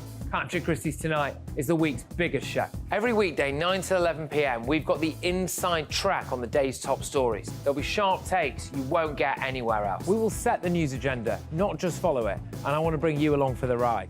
Whatever it is, we'll have our finger on the pulse. It's news, but it's this close to entertainment. Patrick Christys Tonight, 9 to 11 p.m, only on GB News, the People's Channel, Britain's news channel. Good afternoon, Britain. Good afternoon, Britain. Join us, Tom and Emily, To find out what's happening in the heart of Westminster. and why it matters to you. Weekdays from midday, we bring you the most compelling stories from across the United Kingdom. And from your doorstep to our inbox, That's right, we want to hear from you, GB News. Britain's news channel. GB News, unlike other broadcasters, isn't obsessed with the London-Westminster bubble. We think there's a nation beyond the M25, and that's why we talk about the issues that matter across the land. Join me on State of the Nation, 8 to 9 o'clock, Monday to Thursday, on GB News. Daisy's listening, and you should too. I'm Andrew Doyle. Join me at 7 o'clock every Sunday night for Free Speech Nation, the show where I tackle the week's biggest stories in politics and current affairs with the help of my two comedian panellists and a variety of special guests. Free Speech Nation, Sunday nights from 7 on GB News, the People's Channel, Britain's news channel.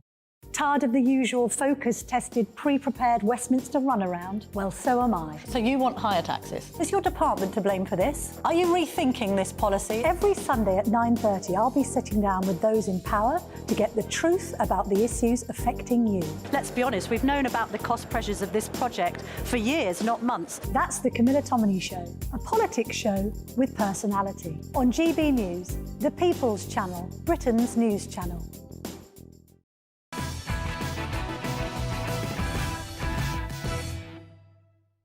Let's bring you tomorrow's news tonight now in the most entertaining paper review anywhere on telly. The very first front pages have just been delivered for my press pack. Look, we start with the Metro. 6 years after social media suicide tragedy. No change, no excuse. Devastating new report led by Molly Charity shows tech giants are still targeting millions of children with harmful content. Yeah, a story there, clearly.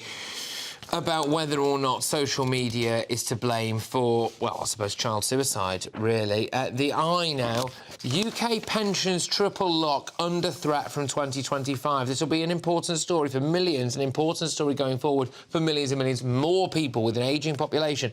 Tory right and global finance watchdog call for Britain to rethink state pension increases after next year's general election. It goes on a little bit as well. Ex-Business Secretary Jacob Rees-Mogg says triple lock is no longer affordable, so that's concerning for a lot of people. The Guardian, air pollution from fossil fuels kills 5 million people a year.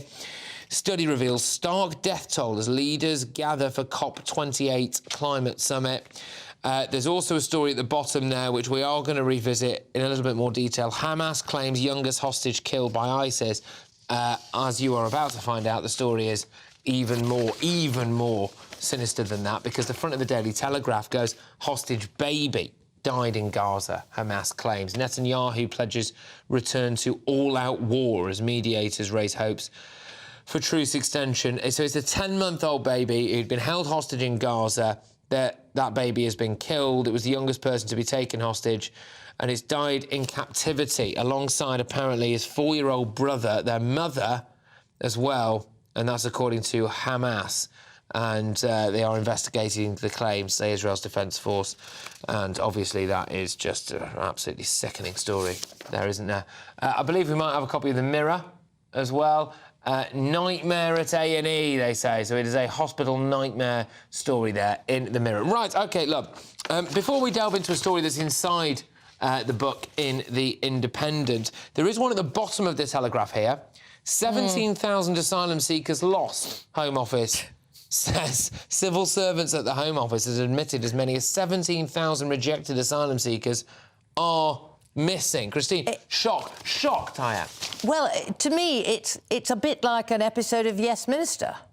It's the sort of thing that would happen. Oh, I'm awfully sorry, Minister, we've lost these asylum seekers. It came out of the same evidence, or lack of evidence. But, I mean, that's what it is, isn't it? It's absolutely mind-boggling. Everybody involved in that chain of action or non-action should be sacked. Well, the best thing, Christy, is in the break, we had a quick look at Sir Matthew Rycroft, the Permanent Secretary of the Home Office, who was the man without the figures, and it turns out that he is a mathematics graduate from the University of Oxford, and he can't count. So it's beyond parallel. This just can't be true, because they're all fleeing war and they just want help in this country, so it must be a lie.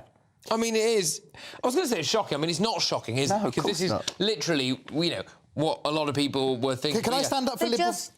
Go on. Well, they just give up, don't they? If somebody disappears into the ether, into the bush, or whatever we have at the countryside, they just give up, tear up the papers, and that's it. There is the other story on the bottom of the half of the Telegraph front page. Travellers can be banned from council sites. So actually, a victory for common sense, you might argue. The Supreme Court not always being woke. There we go. Well, there we go. But also potentially an argument for why we need fewer people from Oxbridge actually in positions of power. I know that sounds very progressive, but then you look at this guy who, in the same day, right, you talk of absolute disasters, on the same day it's emerged that we are sending more taxpayers' money to Rwanda to accommodate people who we legally can't send there.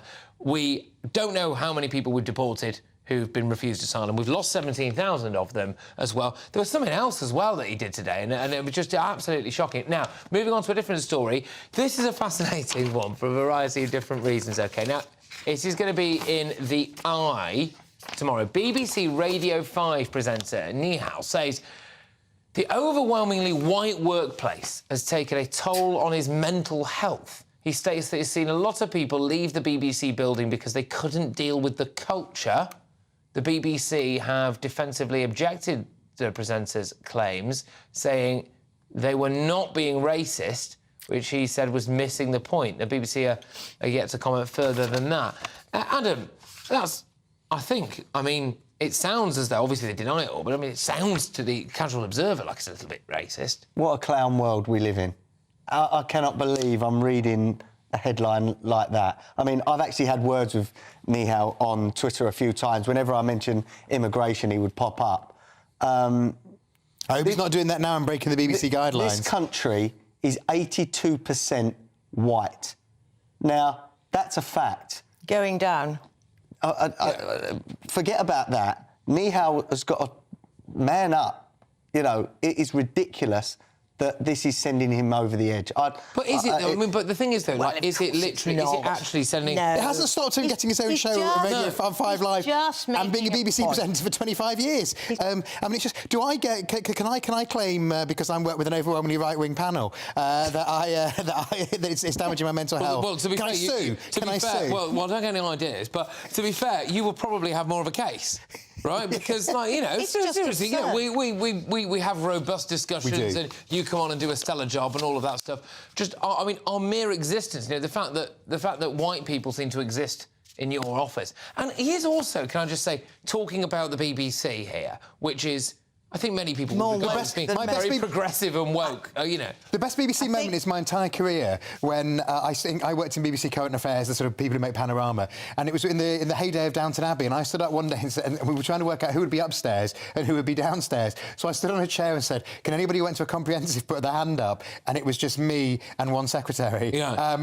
And the editor of Panorama at the time, who'd been to St Paul's public school, said, oh, please, can I be in downstairs? Absolute genius. All staff service at the BBC, in being serious, say that it's diversity of background, not ethnicity, that's the biggest thing, and you don't have working class voices in. But the BBC, I would have thought, is one of the more diverse media organisations, so it's just a fact that where he's moved out of London, apparently. He's gone up to wherever Radio 5 Salford. Yeah. Can you imagine a white... can you imagine a white athlete? Chance. But can I also just... Go on. Imagine a white athlete said something like this, you know, about the England athletics team, which has many black athletes, right? Yeah. Can you imagine the furore that would come from it? But he's all right just to say... He did work on the BBC's Asian network for some years as well. He's playing to the gallery. He's just playing to the gallery, trying to get publicity, and we've given it to Look, him. maybe absurd. this has been, you know, lost a little bit. Maybe he's going to come out and clarify things. Maybe the BBC will comment a bit on this. But as someone who's from that neck of the woods as well, with respect, he would not have far to go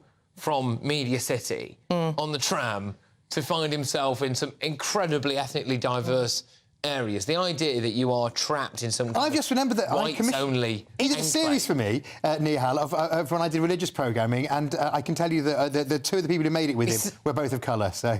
It's like that... It's a bit dark. Can I just say, so apparently he said that when he's at the BBC, he looks around and it's difficult because he doesn't see anyone like him. But it's a white... Well, as Adam says, we live in a white country. That's why when that woman looked at said we have a white balcony on Buckingham Palace, of course we have overwhelmingly white people on the balcony. But maybe we are a white But country. it's just also, to be fair to the BBC, it's not true. Well, you have worked there, so you are I'm thinking of the series that this very man made for me about a series of films for the religious show that I did on Sunday mornings, and it was a hijab-wearing Muslim woman and a woman of mixed British, white British and Afro-Caribbean heritage. So it's just not true. I can picture the people now directing Nihal. His particular room where he works, that overwhelmingly white in his environment. That's Radio 5 up in Salford. As a middle-aged, white, straight man, I really am the enemy. You're not middle-aged, I Adam. feel like the enemy at the moment. What is going on with things like this? Well, obviously, look, hey, Nihal obviously feels incredibly strongly about this. Oh, Diddums, well, he'd better have sick leave. Well, it feels incredibly strongly It'll be on full pay. It'll be on full pay. And, you know, hey, maybe his specific experience at the BBC is like that. We await more comments, of course. But coming up, are GPs putting patients at risk by over-relying on virtual instead of face-to-face appointments? My panel will thrash that one out later in the greatest Britain and Union jackass, so make sure you stay tuned for that. But first, our unrivaled pay-per-view continues with the former editor of the Sunday Express, Martin Townsend, back in a tick.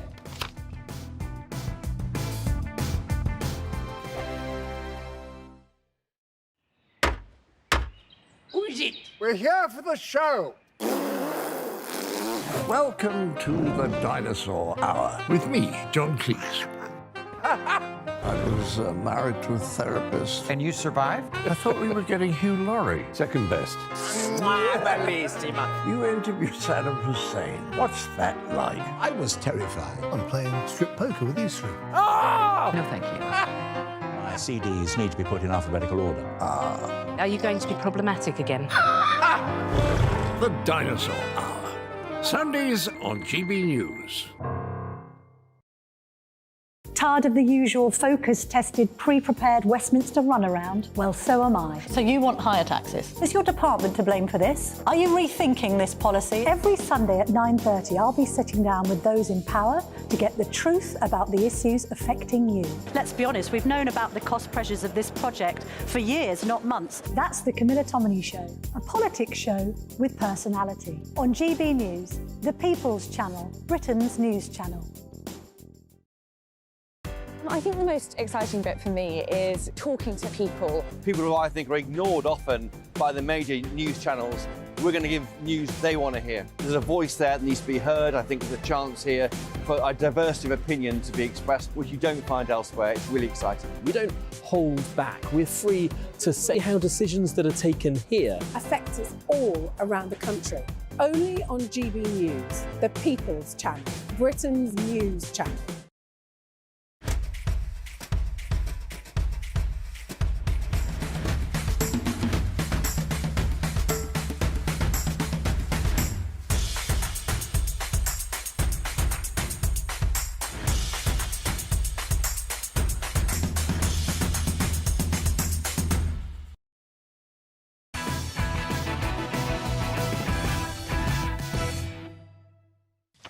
Right, well, it is more of tomorrow's front pages today now. We've got the Express for you. So this is the Daily Express.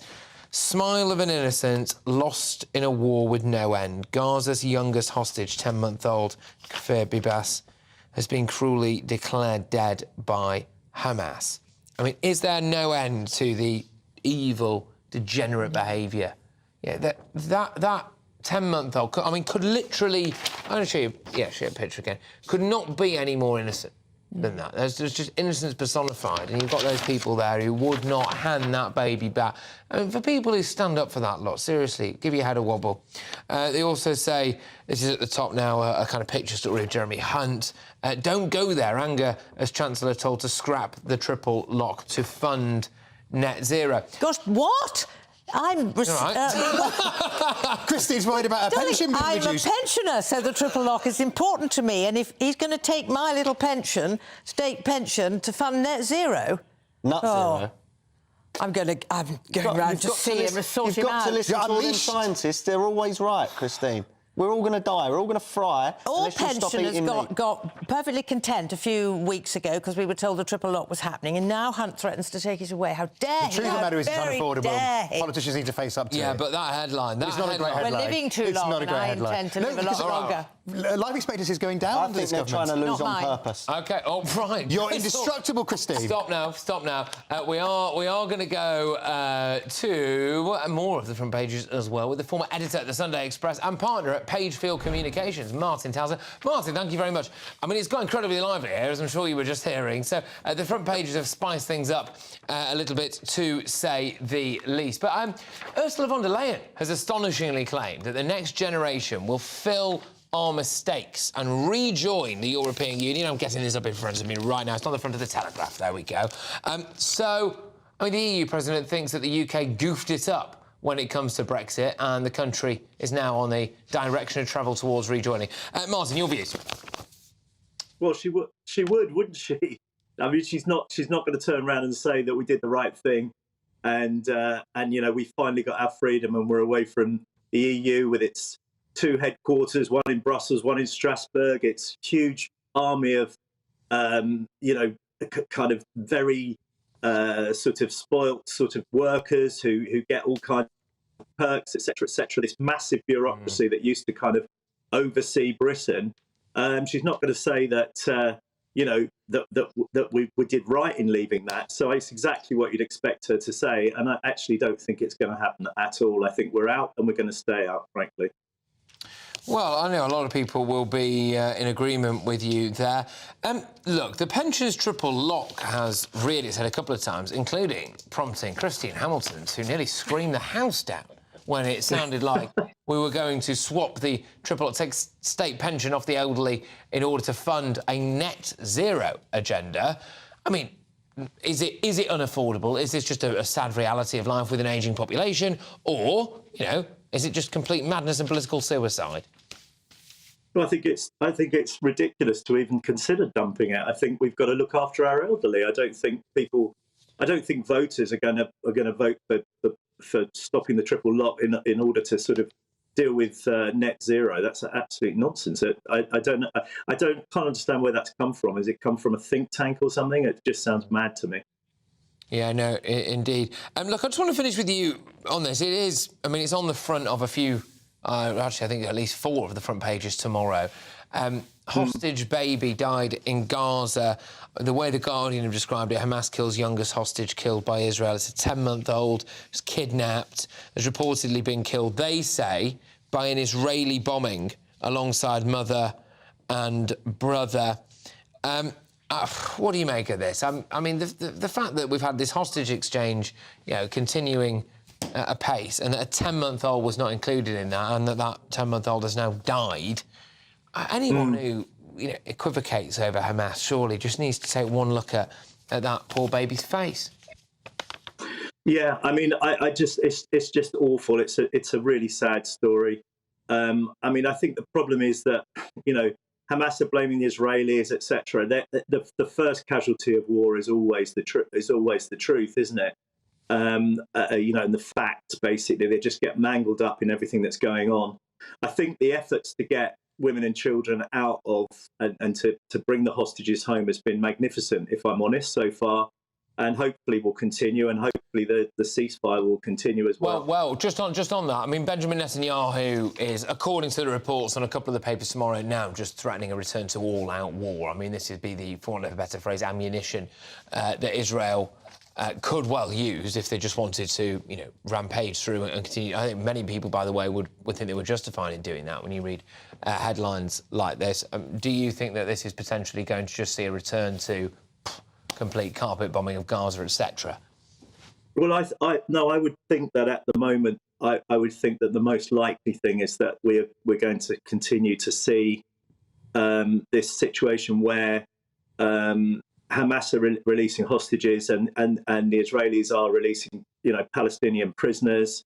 And, I would hope that will continue for a little while. Yeah, this is an awful story, but I think nobody is going to feel anything but sort of hopelessness about that. But I think the process is moving now, and let's just keep our fingers crossed and pray that we get a few more hostages out and that process continues for a while. Yeah. Look, Martin, thank you very much. I hope to chat to you again very, very soon. That's Martin Townsend there. He's a former editor of the Daily Express. Right, it is time now to reveal today's Greatest Briton and Union Jackass. Now, I'm going to go to Christine first for Greatest Briton. Go. Go. Right, well, this is a lady who people may not have heard of. She's called Dr. Alka Segal Cuthbert, who happens to be a woman of colour, which is relevant because she has called out the BBC over their obsession with white privilege. They have a children's programme called Newsround, and they continue to peddle historical distortions to children about white privilege, and it is outrageous. Tiny kids are being brainwashed by the BBC, and she has had the courage to call them out. Do I have any idea what kind of stuff are they poisoning young people's minds with? Basically, that if you're white, you're privileged, full stop. Right. No mention of And they've admitted that an article was too simplistic, haven't they? No mention, but they're still pushing it out on their website, their news. There's no mention of all the other factors that may come into play. It's just, if you're white, you're privileged, full stop. I'm looking forward to Newsround's segment on the plight of the white working-class boy at secondary school. Precisely. But in Salford. In Salford. In Salford. Mine is Nigel Farage. ITV have obviously plotted a hit job on him, but it's backfiring and the public are loving him, and I think he's coming across very genuine and very likeable. OK, all right. And, I mean, ITV would obviously deny, and indeed do deny, that they have planted a hit job on Nigel Farage, but there are articles out there on the Express Online and in another online publication as well, which make reference to Nigel I don't think they thought they needed to do a hit job, because I think they thought that he would do it for himself. Far and too intelligent for that. Well, all right, we'll park that one there for now. Sorry. Matthew, who's your greatest Briton? Well, I should have nominated Keir Starmer for his very firm stance on immigration today, but actually I've gone for a non-political one. Paul Aitken, who's a great British eccentric, who's leading an ambitious £60 million project to rebuild what was the world's first opera house in Venice. You know, that great tradition of passionate British eccentrics doing things around the world. Can we bring that picture up again, just quickly? Sorry, can we please try and find a way of bringing that guy's picture up again? Because I think I'll be honest with you about what I saw there, all right? And it was not initially a great... Chris Whitty. Chris Whitty. He does look a bit like Chris Whitty, yeah? Yeah, that's what I thought you were going for. Anyway, right, OK. He's not one, Whitty or whatever he's called today, Paul. The greatest Briton is, of course, Nigel Farage. Right, now, and... Oh, jackass. OK, and a new article has been created to make clear that both the use of the term white privilege and the way it is used is a contested area. That's from the BBC. That was in relation to Christine Hamilton. Well, I'm glad they're listening. There we go. Right, OK, so... We all listen to you, Christine. We're going to go to Union Jackass. The Union Jackass, well, this is Sir Matthew Rycroft, who is the Permanent Secretary at the Home Office, and Simon Ridley, not yet Sir yet, who's the interim second Permanent Secretary. OK. They are the two Wallies who couldn't supply the answers to the Home Affairs Committee. They went there to give information. They knew what they were going to I think you might win, Christine. And they couldn't do it. I mean, what a load of... Quick, Jackass is too kind. OK, go on, Adam. Mine is Rishi Sunak, the Prime Minister. He's the weakest leader that we could possibly have at this time, and we need a strong leader. I despair at the future. You've turned into me, Adam. Well, I'd back yours, but mine are Britain's GPs, because a new study today... Sorry. Whoa. You are of the left. Yeah. And you are calling NHS workers jackasses. Well, because Labour's been very clear the NHS needs to get better. So it's not, it's not about worshipping it blindly. It's about having a health service that delivers, which we haven't got after 13 years of Tory failure. Today's Union Jackass... You never got me to tell you why. It's those numpties from the Home Office. He wasn't just Britain's GP. All right, thank you very much, everybody. Wonderful panel. It's been a lively show. I'll be back again tomorrow at 9 p.m. Good night. A brighter outlook with Box Solar, sponsors of weather on GB News.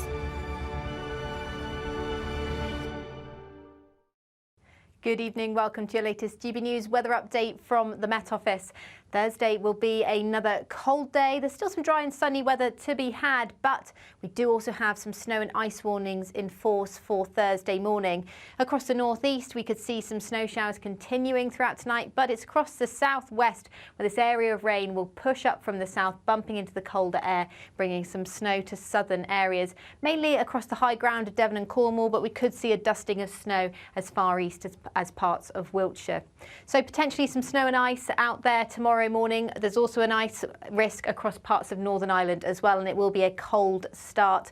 Once again, a colder start than this morning, tomorrow morning. The snow showers will continue across northeastern areas throughout Thursday. This area of rain, sleet and snow will continue to affect the far southwest as well through much of the day before it does then sink southwards into the evening. In between, though, we've got a good deal of sunshine. It will be feeling cold, though. Temperatures still only reaching 3 or 4 degrees for many areas. Some areas of Scotland sticking with a frost all day. So another very cold start to Friday. Much of that rain has now cleared the south, but we will see some patches of freezing fog around. These could be quite slow to clear throughout Friday. And elsewhere, though, a good amount of sunshine once again. A bit more sunshine to come throughout Saturday and Sunday, and the temperatures could start to rise a little in the south by the end of weekend. That warm feeling inside from Boxed Boilers, sponsors of weather on GB News.